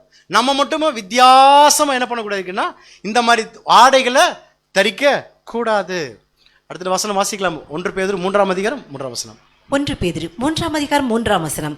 மயிரை பின்னி பொன்னாபரணங்களை அணிந்து உயர்ந்த வஸ்திரங்களை உடுத்திக் கொள்ளுதலாகிய புறம்பான அலங்கரிப்பு உங்களுக்கு அலங்காரமாய் இராமல் 4ஆம் வசனம். அழியாத அலங்கரிப்பாய் இருக்கிற சாந்தமும் அமைதலும் உள்ள ஆவியாகிய இருதயத்தில் மறைந்திருக்கிற குணமே உங்களுக்கு அலங்காரமாய் இருக்க கடவுது. சோ எது அலங்காரமா இருக்கும்? நம்ம போடக்கூடிய அந்த மேக்கப் அழகா இருக்க கூடாது. எது இருக்கணும்? சாந்தம் இருக்கணும் இல்லையா? அந்த சாந்தம்ங்கிற குணம் அதுதான் அழகு. அந்த உள்ளத்துல இருக்கக்கூடிய அழகு அதை தேவன் பார்ப்பார். நம்ம கூட அதிகப்படியான அந்த அழகு மேக்கப் நம்ம மூஞ்சியில் போட்டதில்லை. ரொம்ப ஃபேஷனபிளா போயிட்டு இருக்கோமா, அது உலகத்தான் செஞ்சுட்டு போட்டுமே, வேண்டாம். நமக்கு வேண்டியதே இல்லை. உலகத்தான் என்ன பண்ணலாம், தாராளமாக செஞ்சுட்டு போகலாம். லிப்ஸ்டிக் போட்டுக்கிறாங்களா, போட்டுட்டோம். இப்போ வேற ஃபேஷனாக வந்துடுச்சு. என்னங்க லிப்ஸ்டிக் போட்டதுன்னு கேட்டா, ஐயா இது லிப்ஸ்டிக் இல்லைங்க, இது லிப் பாமுங்கிறாங்க. அட என்ன பாம்னே தெரியல. நம்ம சந்தை வேலைகளுக்கோ அல்லது கேளிக்கை விடைகளுக்கோ போகல, நம்ம யாரை துதிக்க வரோம், யார் அதை ஏன் இவ்வளோ இன்சிஸ்ட் பண்றாங்க? பேதுருக்கும் அன்பு தான் இல்லையா, சகோதரிகள் ரொம்ப அன்பு, அப்போஸ்தலர் பவுலுக்கும் ரொம்ப அன்பு. ஏன் இவ்வளோ விஷயத்தை இன்சிஸ்ட் பண்ணிட்டே இருக்காங்க? ஏன் இவ்வளோ விஷயம்? வை ஏன் இவ்வளவு விஷயங்கள் இன்சிஸ்ட் பண்றாங்கன்னா, அன்புக்குரிய சகோதரர்களே வாசிக்கலாம். ஆதியாகமம் 6ஆம் அதிகாரம் 22ஆம் வசனம். ஆதியாகமம் 6ஆம் அதிகாரம் 2ஆம் வசனம். தேவகுமாரர் மனுஷகுமார்த்திகளை அதிக சௌந்தரியம் உள்ளவர்கள் என்று கண்டு அவர்களுக்குள்ளே தங்களுக்கு பெண்களை தெரிந்து கொண்டார். என்ன ஆச்சு பாருங்க. மனிதனை விட மேலான நிலைமையில படிக்கப்பட்டவங்க யாரு? தேவ தூதர்கள். அந்த தேவ தூதர்களே விழுந்து போறாங்க. அப்போ நம்ம இன்னொரு சகோதரனோ ஒரு சகோதரியோ விழுந்து போறதுக்கு யார் காரணமா இருக்கக்கூடாது? அது சகோதரனா இருந்தாலும் சரி, சகோதரி இருந்தாலும் சரி. இது சகோதரிகள் மட்டும் பேசுற மாதிரி நினைச்சுக்க வேண்டாம். சகோதரிகளே இப்ப என்ன பண்றோம், ஜாஸ்தியா போட ஆரம்பிச்சிட்டோம் இல்லையா? அப்போ யாருக்கும் இடரல் உண்டாக்காதபடி நம்முடைய வஸ்திரங்களை கரெக்டா போடுறோமா, அதை பார்த்துக்கணும். அடுத்தது வாசிக்கலாம் பாருங்க. தேவனுடைய வேலையை செய்வதில் தேவ பக்தி. நம்முடைய ஆண்டவராகிய இயேசு கிறிஸ்து தேவனுடைய ஊழியத்தை செய்வதற்காக தான் வந்திருக்கார். அவர் எப்படி பண்ணார் வாசிக்கலாம். எபிரேயர் 5ஆம் அதிகாரம் 7ஆம் வசனம். எபிரேயர் 5ஆம் அதிகாரம் 7ஆம் வசனம். அவர் மாம்சத்தில் இருந்த நாட்களில் தம்மை மரணத்தினின்று ரட்சிக்க வல்லமையுள்ளவரை நோக்கி பலத்த சத்தத்தோடும் கண்ணீரோடும் விண்ணப்பம் பண்ணி வேண்டுதல் செய்து தமக்குண்டான பயபக்தி நிமித்தம் கேட்கப்பட்டு. அதாவது ஆண்டவராகிய இயேசு கிறிஸ்து தான் வாழ்ந்த வாழ்க்கையில அவர் ஏதாவது ஒரு குறை சொல்ல முடியுமா? சின்ன பழுது சொல்ல முடியுமா? இந்த ஒர்க்கு நீங்க சரியா பண்ணலன்னு சொல்ல முடியுமா? ஆனா அவர் என்ன பண்றாரு? நான் இந்த ஒர்க்கை சரியா பண்ணான்னு எவ்வளோ நடுக்கத்தோட பயபக்தியோட கேட்பார். அவருக்கு இல்லாததா? அவர் கரெக்டா பண்ணிருக்காரு, அவருக்கே தெரியும். ஆனாலும் அவருக்குள்ள ஒரு பயபக்தி. என்ன தேவன் இதை அங்கீகரிப்பாரா? அவனோட வேலையை முடிப்பதில் எவ்வளவு ஒரு பயபக்தியா செஞ்சிருக்காரு. ஸோ இப்போ நமக்கு வரும் serve the Lord in every work. நம்முடைய தேவனுடைய ஊழியம் எந்தெந்த விஷயங்கள் பண்றோம், ஒரு கூட்டுறதாகட்டும், துடைக்கிறதாகட்டும், பைபிள் படிக்கிறதாகட்டும், பாட்டு பாடுறதே ஆகட்டும், சப்ஜெக்ட் பேசுறதே ஆகட்டும், எல்லா விஷயத்திலும் நம்ம தேவனுடைய ஊழியத்தை எந்த அளவுக்கு பயபக்தியோட பண்றோம்? பயபக்தியா பண்றோமா? அதாவது ஒரு கூட்டம் சொன்னா சும்மா சொல்லிட்டாங்க கூட்டக்கூடாது. அதுல எவ்வளவு பயபக்தி வேணும் தெரியுங்களா? நம்ம வெறும் ஜஸ்ட் கூட்டிட்டு போயிடுறோம், ஆனா எவ்வளவு அழுக்குகள் இருக்குன்னு தெரியுங்களா? நீங்க முடிச்சதுக்கு அப்புறம் நீங்களே பாருங்க, என்கிட்ட சொல்ல வேண்டாம். நம்ம கூட்டுறோம், ஆனா அது ஒழுங்குகளோட பண்றோமா, அந்த பயபக்தியோட பண்றோமா? ஒரு சின்ன விஷயம் பண்ணா கூட அதுல பயபக்தி இருந்துச்சுன்னா நம்ம எப்படி பண்ணுவோம்னா அவ்வளவு சுத்தமா பண்ணுவோம். பாட்டு பாடினா கூட எப்படி பாடணும்? கண்ணா பின்னான்னு பாடக்கூடாது. அது பாடணும்னா ஒழுங்குகளோட பாடணும். அப்படி பாட முடியலன்னா என்ன பண்ணணும்னு கேட்டீங்கன்னா, பேசாம எனக்கு முடியலன்னு வந்துடும். எனக்கும் தாளம் இருக்குன்னு நம்மளும் வந்துட்டு பாடக்கூடாது. பைபிள் ரீடிங்கும் அப்படித்தான். எல்லா விஷயத்துலையும் என்னடா இல்லை சகோதரிகளுக்கே வருது, தயவுசெய்து தவற நினைச்சுக்க வேண்டாம். இது டக்குன்னு ஒர்க் வரும்போது எந்த விஷயம், அறுவடை ஊழியம் மாத்திக்கிறேன், அறுவடை ஊழியம் பண்ணும்போது கூட அந்த விஷயங்கள் ஒயம்சில ஹால் பண்றோம்னா ஒரு சில ஒழுங்குகளோட பண்ணணும். டைமுக்குன்னா டைமுக்கு ஆராதனை செய்யணும். 6 மணினா 6 மணிக்கு ஆரம்பிக்கணும், 6:15னா 6:15க்கு ஆரம்பிக்கணும். ஒவ்வொரு விஷயம் செய்யக்கூடிய விஷயங்கள் தேவனுடைய வேலையில கண்ணும் கருத்துமாக செய்யணும். ஏன்னா தேவனுடைய பரிசுத்தமான சபை இல்லையா? அப்ப தேவனுடைய பரிசுத்தமான சபையில செய்யக்கூடிய ஒவ்வொரு விஷயங்களும் தேவன் உன்னிப்பா பார்ப்பார். நினைச்சு பாருங்க, ஆசாரிப்பு கூடத்துல அவர் கொடுத்த அளவுல நீளம் வந்திருக்க இடத்துல கருப்பு போடலாமா? அந்த அளவு டைமென்ஷன், அந்த அகலத்தை மாத்தலாமா? கலர் மாத்த முடியாது. அதுக்கப்புறம் டைமென்ஷன் மாத்த முடியாது. அதுக்கப்புறமாக மரத்தை மாத்த முடியுமா? நீ இந்த மரத்துல செய்யினா இதான் செய்யும். யார் செய்ய சொன்னாரோ அவங்க தான் செய்யணும். யார் டிசைன் பண்ணணுமோ அவங்க தான் டிசைன் பண்ணணும்.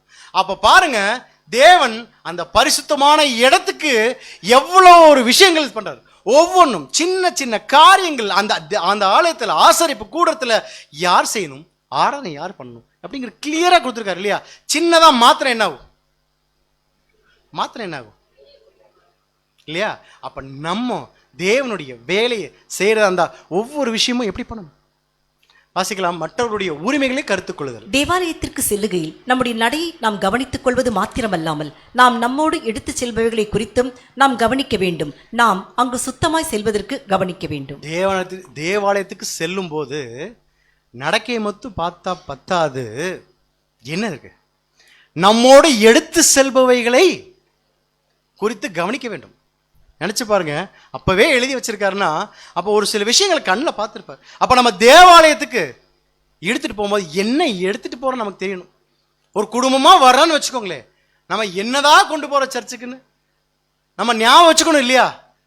எக்லிஷா முடிச்சுக்க பாருங்க, ஷால் ஒரு பக்கம் இருக்கும், ஸ்கார்ஃப் ஒரு பக்கம் இருக்கும், குக்கர் ஒரு பக்கம் இருக்கும், குண்டா ஒரு பக்கம் இருக்கும். எக்லிஷால இல்லாத ஐட்டமே இல்லை. உங்களுக்கு என்ன தேவையோ வந்து எடுத்துக்கலாம். குண்டா வேணுமா, குண்டா இருக்கு. மிக்சி வேணுமா, மிக்சி இருக்கு. கர்ச்சீஃப் வேணுமா, யாருக்கு வேணுமா கர்ச்சீஃப் எடுத்துக்கலாம். ஸ்கார்ஃப் வேணுமா, சகோதரிகள் யார் வேணா எடுத்துக்கலாம். கீழேருந்து மேலே மட்டும் நீங்க இன்னைக்கு ஒரு எக்லிஷா டூர் போனீங்க வச்சுக்கோங்களேன், இல்லாத கிடைக்காத ஐட்டமே இல்லை. வாட்டர் பாட்டில் வேணுமா, உங்களுக்கு வாட்டர் பாட்டில் வேணுமா, இருக்குது, வாங்க மேலே இருக்கு, நாங்கள் எடுத்துறோம் வாங்க. கிச்சனுக்குள்ள உள்ள போனா என்ன இருக்கு? ரொம்ப சங்கடமான விஷயம் என்னன்னா பைபிள் இருக்கு. பைபிள் எப்படி ஒரு வேதமானவனுக்கு பைபிள் எவ்வளவு ஒரு முக்கியம். அதை எடுத்து சொல்வதற்கு கூட தயக்கமா, தூக்கிட்டு போவதற்கு சிஎஸ்சியில போய் பண்ணிடுவோமா? சிஎஸ்சியிலோ ஆர்சிலையோ நம்ம போய் இந்த குக்கரு, குண்டா, பழைய துணி இதெல்லாம் எடுத்துட்டு போய் நம்ம வைப்போமா? எடுத்துட்டு போவோமா? தவறாதான் சொல்றேன்னா எல்லாரும் நம்ம முறைச்சு பாக்குறீங்க. எடுத்துட்டு போவோமா? அப்போ ஆலயத்துக்கு நம்ம தேவனுக்கு பயப்படுற பயம் எங்க இருக்கு? அது பாட்டுக்கு எங்க கிடக்கு? பைபிள் வைக்கிற இடமா? பாட்டு புக்கு இருக்க வேண்டிய இடத்துல பைபிள் இருக்கு. கண்ணுக்கு தெரியுதா? இல்ல நான் அதை தவறா சொல்றேன்னா? பைபிள் வைக்க வேண்டிய இடமா ஒரு வேதமானவனுக்கு? அது எந்த இடத்துல என்ன இருக்கணும்? ஒரு வேதமானவனுக்கு ஒரு பைபிள் தூக்கிட்டு போட முடியல. சொல்லலாம், 4-5 பைபிள் வச்சுக்கலாம், சொல்லலாம், வச்சுக்கலாம். இங்க வச்சுக்கலாம், ஆபீஸ்ல ஒன்று வச்சுக்கலாம், அப்புறம் நான் அங்க எங்கேயாவது போனேன்னா அங்க ஒரு பக்கம் வச்சுக்கலாம். அந்த பைபிளுக்கு உண்டான மரியாதை, ஜீவனுள்ள தேவனுடைய வார்த்தை இருக்கக்கூடிய விஷயம், பைபிளுக்கு கூடிய மரியாதை எப்படி? 2 லட்சம் ரூபாய் பேக்கெட்ல இருக்கு. லெஃப்ட்ல 1 லேக், ரைட்ல 1 லேக். இப்போ எக்லிஷா வந்துட்ட 2 லட்சம் ரூபாய் பேக்கெட்ல இருக்கு. தூக்கிட்டு போக முடியல வீட்டுக்கு, தூக்கிட்டு போக முடியல வீட்டுக்கு. இப்ப என்ன பண்ண போறேன்னா, இந்த 2 லட்சம் ரூபாய வச்சுட்டு போவமா? போயிருவீமா? ஏன்? தூக்கிட்டு போனா வெயிட், வீட்டுக்கு எடுத்துட்டு போக முடியாது. போய் இங்கிருந்து வச்சு பிடிச்சி எதுக்கு? அடுத்த வாரம் ஞாயிற்றுக்கிழமை மட்டும் தேவைப்படாது. 2 லட்சம் ரூபாய் பணத்தை சொருகி வச்சுட்டு போவோமா? அப்ப எதுக்கு மதிப்பு கொடுக்குறோம்? அங்க 15,000 சம்பளம் கட்டு, வேலை போயிரும், எல்லாத்துக்கும் எதை மதிப்பிடுது? இங்க பணம், பணம், பணத்துக்கு பின்னாடி தான் நம்ம ஓடிட்டு இருக்கோம். அதுக்கு கொடுக்கக்கூடிய மரியாதை, அந்த மதிப்பு எதுக்கு கொடுக்கலன்னா, ஆலயத்துல வர்றதுல இருந்து எல்லா விஷயமும் மீறப்பட்டிருக்கக்கூடிய விஷயங்கள். இது நமக்குள்ள பிராக்டிக்கா பேசுறதுனால யாரும் தவறா எடுத்துக்க வேண்டாம். அப்படி இருந்தோம்னா நம்மள மாத்திக்க, நான் இருந்தேன்னா நான் மாத்திக்கிறேன், நீங்க இருந்தா நீங்க மாத்திக்க. அப்ப பரிசுத்தமான இடத்துக்குன்னு ஒரு விஷயங்கள் இருக்கு. அதை நம்ம எப்படி கொண்டு போனோம்னா, ஆலயத்துக்குள்ள எப்பேற்பட்ட விஷயமா இருந்தாலும், டிரான்சாக்சனா இருந்தாலும் சரி, நம்ம எப்பேற்பட்ட பிசினஸ் பண்ணலாம். ஒவ்வொருத்தரும் ஒவ்வொரு விதமான பிசினஸ் பண்ணலாம்.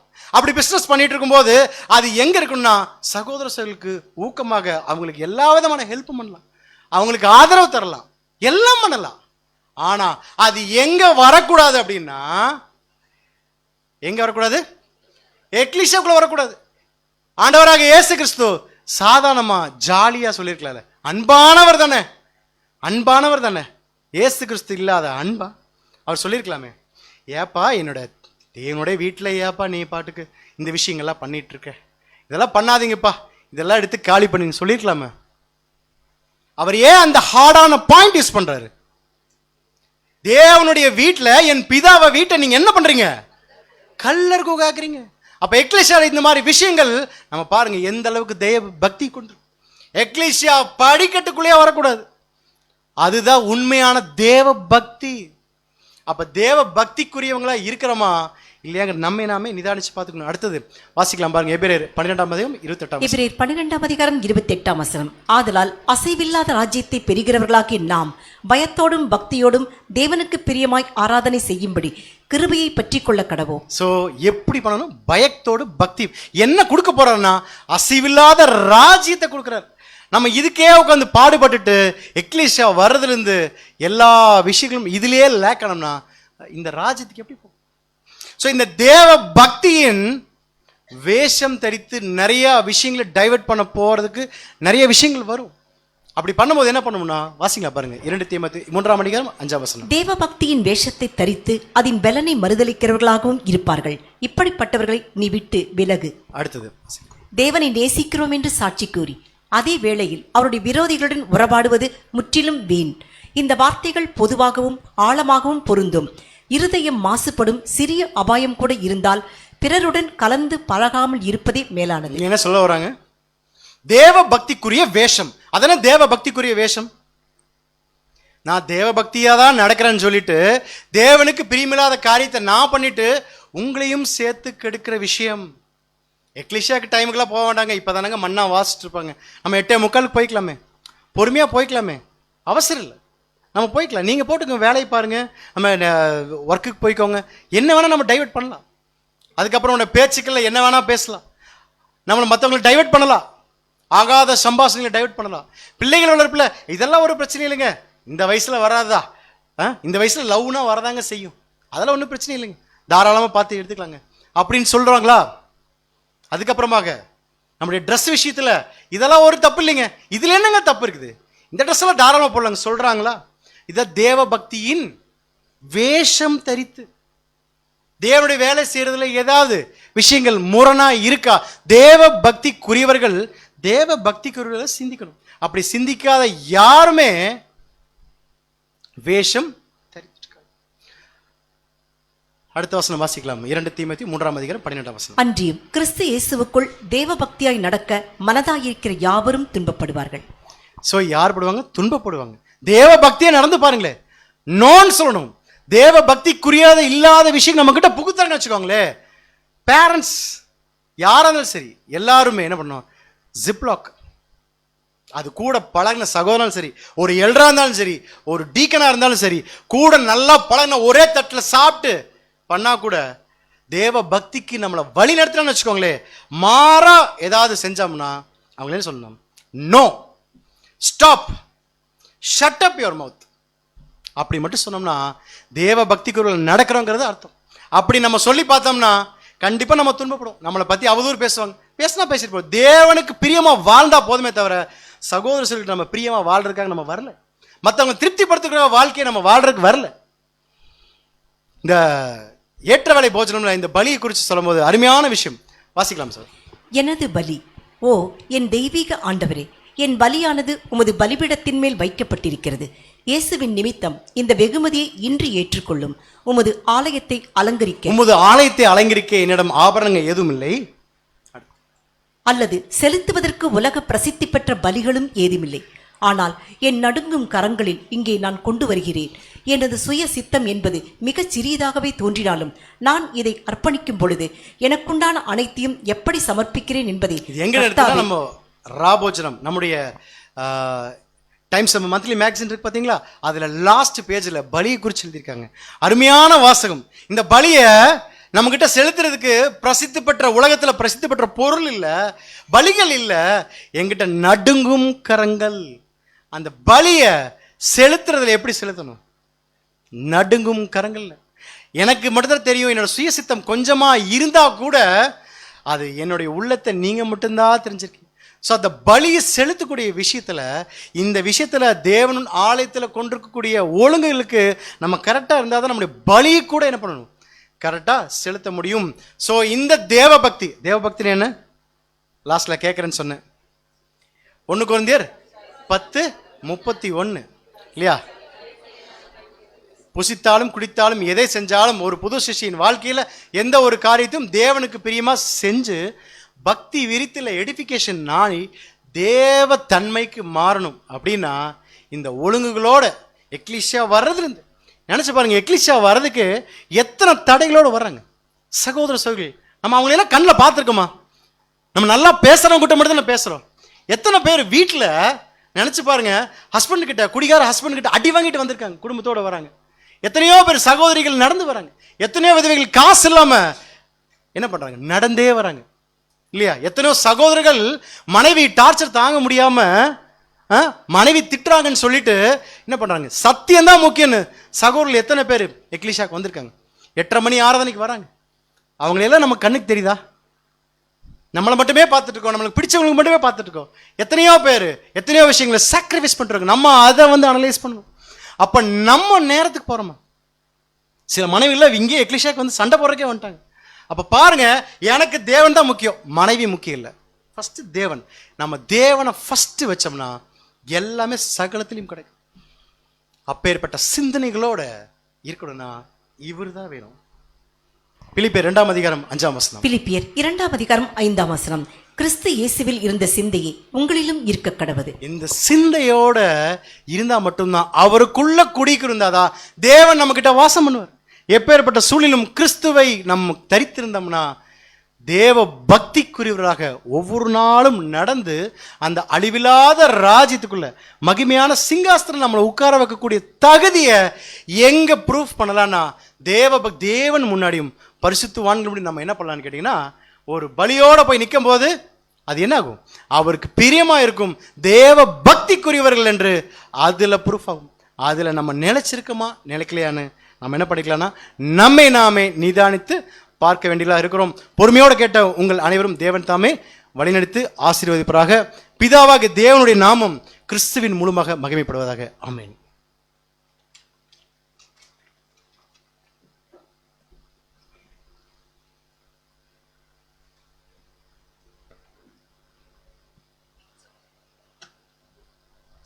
அன்புக்குரிய சகோதர சகோதரிகளே, இந்த நாளிலும் நம்முடைய பரமபிதா கிறிஸ்துவின் மூலம் நமக்கு கொடுத்த இந்த செய்திக்காக கோடான கோடி ஸ்தோத்திரம்.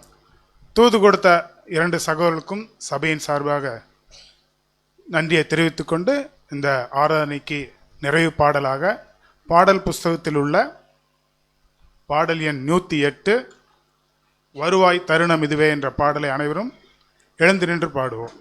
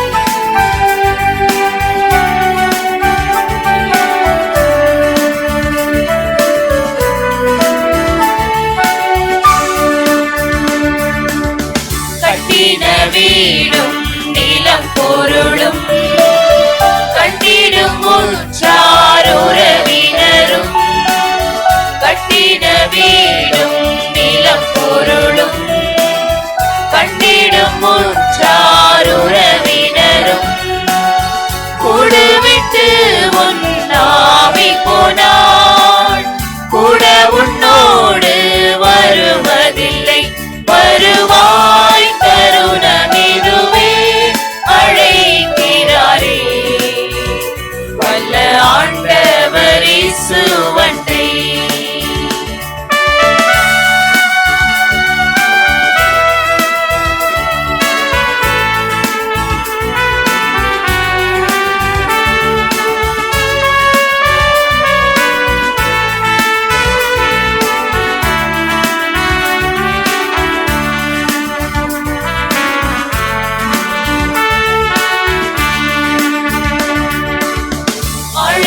மாயை நிலைத்திடாதே அதை நம்பாதே மயக்கிடுமே அழகும் மாயை நிலைத்திடாதே அதை நம்பாதே மயக்கிடுமே மரணம் ஓர் நாள் சந்திக்குமே மறவாதே உன் ஆண்டவரை வருவாய் தருணமிதுவே அழைக்கிறாரே வல்ல ஆண்டவர் இயேசுவண்டை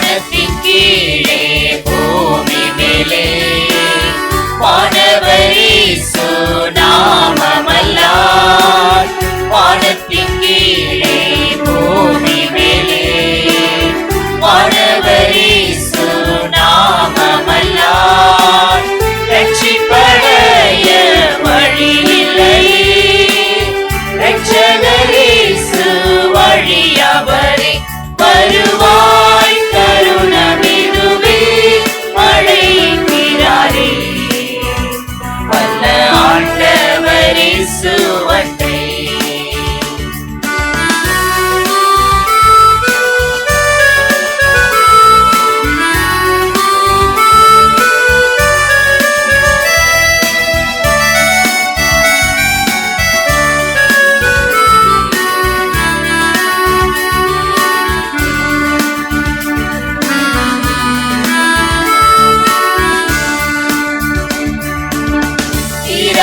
பாவம் வியாதியையும் மாறாத உந்தன் பலவீனமும் தீராத பாவம் வியாதியையும் மாறாத உந்தன் பலவீனமும் குருசில் சுமந்து தீர்த்தார் காயங்களால் நீ குணமடைய வருவாய் தருணமிதுவே அழைக்கிறாரே வல்ல ஆண்டவர் இயேசுவண்டை வருவாய் தருணமிதுவே அழைக்கிறாரே வல்ல ஆண்டவர் இயேசுவண்டை வல்ல ஆண்டவர் இயேசுவண்டை.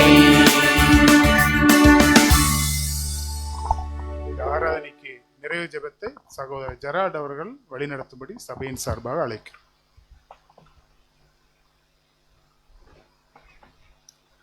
பரிசுத்தமும் கிருபையும் நிறைந்த யாவேனு நாமத்தை கொண்டு அன்பின் பரலோக தகப்பனே, இதோ இந்த ஆசீர்வதிக்கப்பட்ட கால வேலைக்காக குமாரன் இயேசு கிறிஸ்து மூலமாக நன்றிகளை ஸ்தோத்திரம் இருக்கிறேன்ப்பா.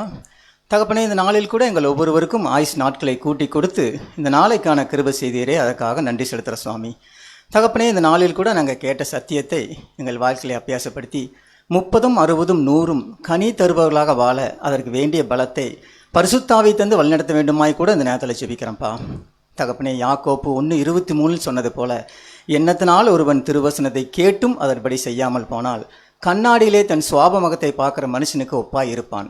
அவன் தன்னைத்தான் பார்த்துவிட்டு சென்றவுடன் தனது சாயல் இன்னதென்பதை மறந்து விடுவான்.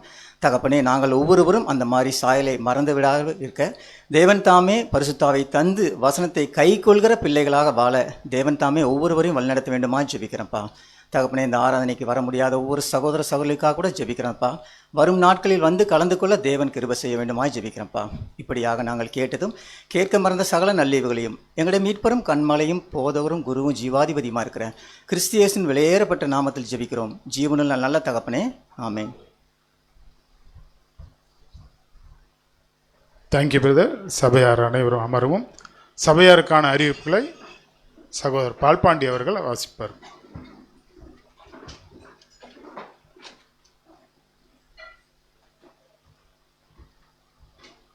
சபைக்கான அறிவிப்பு. அன்புக்குரிய சகோதர சகோதரிகளே, இந்த ஒரு அறிவிப்பு முடிந்தவுடன் நம்முடைய சபைகாலில் பெரிய வகுப்பு துவங்கும் என்பதை கூட தெரிவித்துக் கொள்கிறோம். அதாவது பிரேக்லாம் முடிச்சு வந்ததுன்னா நம்ம சரியாக ஒரு 12 மணிக்கு நம்ம ஆரம்பிச்சலாம். ஒரு குறுகிய டயத்தில் என்ன பண்ணலாம்னா முடிக்கலாம் அப்படிங்கிறது கூட மத்தியில் தெரிவித்துக் கொள்கிறோம். அதை ஸ்டாப் பண்ண வேண்டாங்கிறதுக்காக.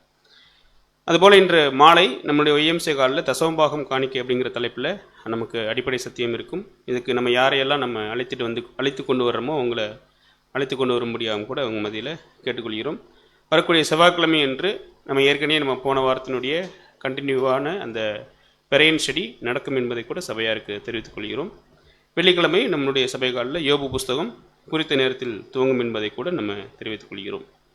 வெளியூர் சென்றிருக்கக்கூடிய சகோதரருடைய பேர்கள் மத்தியில் நம்ம வாசிக்கிறோம். நம்முடைய அன்பு சகோதரர் ஜேம்ஸ் பாஸ்கர் அவங்க களியக்காவலை மற்றும் நெய்யாற்றங்கரையில் இன்றைக்கி பப்ளிக் மீட்டிங் இருக்குது, அதுக்காக அங்கே போயிருக்காங்க.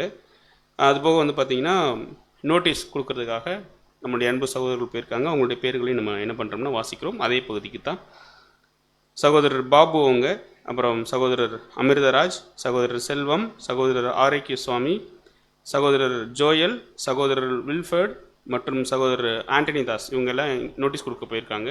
சகோதரர் என்பது ஓகே, அவருடைய பேர் இதில் மன்னிக்கணும். சகோதரர் சித்தார்த்தும் போயிருக்காரு. Thank you brother. ஸோ சகோதரருடைய ஊழியங்களுக்காக கூட ஜெபித்துக் கொள்ளும்படியாக கேட்டுக்கொள்கிறோம். மதுரை எக்லீஷியாவுக்கு நம்முடைய அன்பு சகோதரர் சிந்தன் அவங்க போயிருக்காங்க. ஒசூர் எக்லீஷியா அவங்களுக்கு அங்கே வந்து பார்த்திங்கன்னா நம்முடைய அன்பு சகோதரர் வினோத் பாபு போயிருக்காங்க. சத்தியமங்கலம் எக்லீஷியாவுக்கு நம்முடைய அன்பு சகோதரர் கண்ணன் அவங்க போயிருக்காங்க. எடப்பாடி பகுதிக்கு நம்முடைய அன்பு சகோதரர் தினேஷ் அவங்க என்ன பண்ணியிருக்காங்கன்னா போயிருக்காங்க. ஸோ வெளியூர் சென்றிருக்கக்கூடிய ஊழியத்தின் நிமித்தமாக போயிருக்கக்கூடிய சகோதரருடைய ஊழியங்களுக்காக ஜெபித்துக் கொள்ளும்படியாக கூட நம்ம கேட்டுக்கொள்கிறோம். எல்லா சகோதரர்கள் பற்றி நம்ம அறிவிச்சு நினைக்கிறேன். கரெக்டுங்களா தயாளன் பிரதர்? அவ்வளோதானே, வெளியூர் போகணும். ஓகே, நித்தின் பிரதர் ஆமாம் சென்னை போயிருக்கார். சென்னை போயிருக்காங்க. ஸோ வெளியூர் சென்றிருக்க சகோதரர்களே நீங்கள் ஜெபத்தில் இணைந்து கொள்ளும்படியாக கூட கேட்டுக்கொள்கிறோம். மற்றும் வந்து பார்த்திங்கன்னா சகோதரர் கண்ணன் அவங்க இல்லை, அதனால் உங்களுடைய பங்களிப்பு எல்லாமே நம்முடைய அன்பு சதீஷ் அவங்கள்ட்ட கொடுக்க முடியாது கூட கேட்டுக்கொள்கிறோம். அப்புறம் இன்னும் ஒரு 10 நாளைக்குள்ளே நம்மளுடைய சபையில் வந்து பெயிண்டிங் ஒர்க்கு ஸ்டார்ட் பண்ணலாம் அப்படிங்கிறதான ஒரு விஷயத்துக்கு எல்லாமே வாங்கிட்டாங்க. கோட்டெல்லாம் வாங்கிட்டாங்க, எஸ்டிமேஷன் எல்லாமே வாங்கிட்டாங்க. இன்னொரு 10 நாளில் அதனுடைய வேலைகள் துவங்கும். அதையும் கூட உங்களுக்கு சபையாருக்கு என்ன பண்ணுவாங்கன்னா அறிவிப்பாங்க. பின்னாடி இருக்கக்கூடிய இந்த கிச்சன் இதெல்லாம் வந்து பார்த்திங்கன்னா மேலே போகுது. முன்னாடி இருக்கக்கூடிய ஒரு சில இந்த இடங்கள்லாம் கொஞ்சம் என்ன பண்ணுறாங்கன்னா ஒர்க்கெல்லாம் இருக்குது, அதை ஸ்டார்ட் பண்ணுறாங்க. இந்த வாரத்துலேருந்து ஸ்டார்ட் பண்ணுறாங்க. ப்ராப்பராக பெயிண்டிங் எல்லாமே முடிக்கிறதுக்கு நமக்கு ஒரு 10-15 நாள் தேவைப்படும். நம்மளுடைய ஒர்க்ஷிப் எல்லாமே கரெக்டான நேரத்தில் எல்லாமே போகும். அதனுடைய அறிவிப்பு பின்னாடி வரும். இப்போ இதையே நம்ம உங்களுக்கு சொல்கிறோம்னு சொல்லி பார்த்தோம்னா கிட்டத்தட்ட பெயிண்டிங்க்கு வந்து ஒரு 80,000 ரூபாய் பக்கம் என்ன ஆயிருக்குன்னா வசூலாயிருக்கு. கிட்டத்தட்ட ஒரு 1,10,000 பக்கம் எஸ்டிமேஷன் அப்படிங்கிற மாதிரி பேசியிருக்காங்க. ஸோ இதனுடைய பங்களிப்புகளையும் நீங்கள் குடும்பம் மட்டும் சகோதரர் கண்ணனை உங்கள்கிட்ட கொடுக்க முடியாது கூட கேட்டுக்கொள்கிறோம். பிரதர் இல்லாதனால அதனுடைய விஷயங்களை இன்றைக்கி அன்பு சதீஷ் அவர்களிடம் கூட கொடுக்க முடியாது கூட கேட்டுக்கொள்கிறோம். அறிவிப்பு எல்லாம் முடிஞ்சிச்சுன்னு நினைக்கிறேன். ஓகே, நீங்கள் அந்த அறிவிப்பு முடிஞ்ச உடனே இங்கேயே உட்காந்துக்குங்க.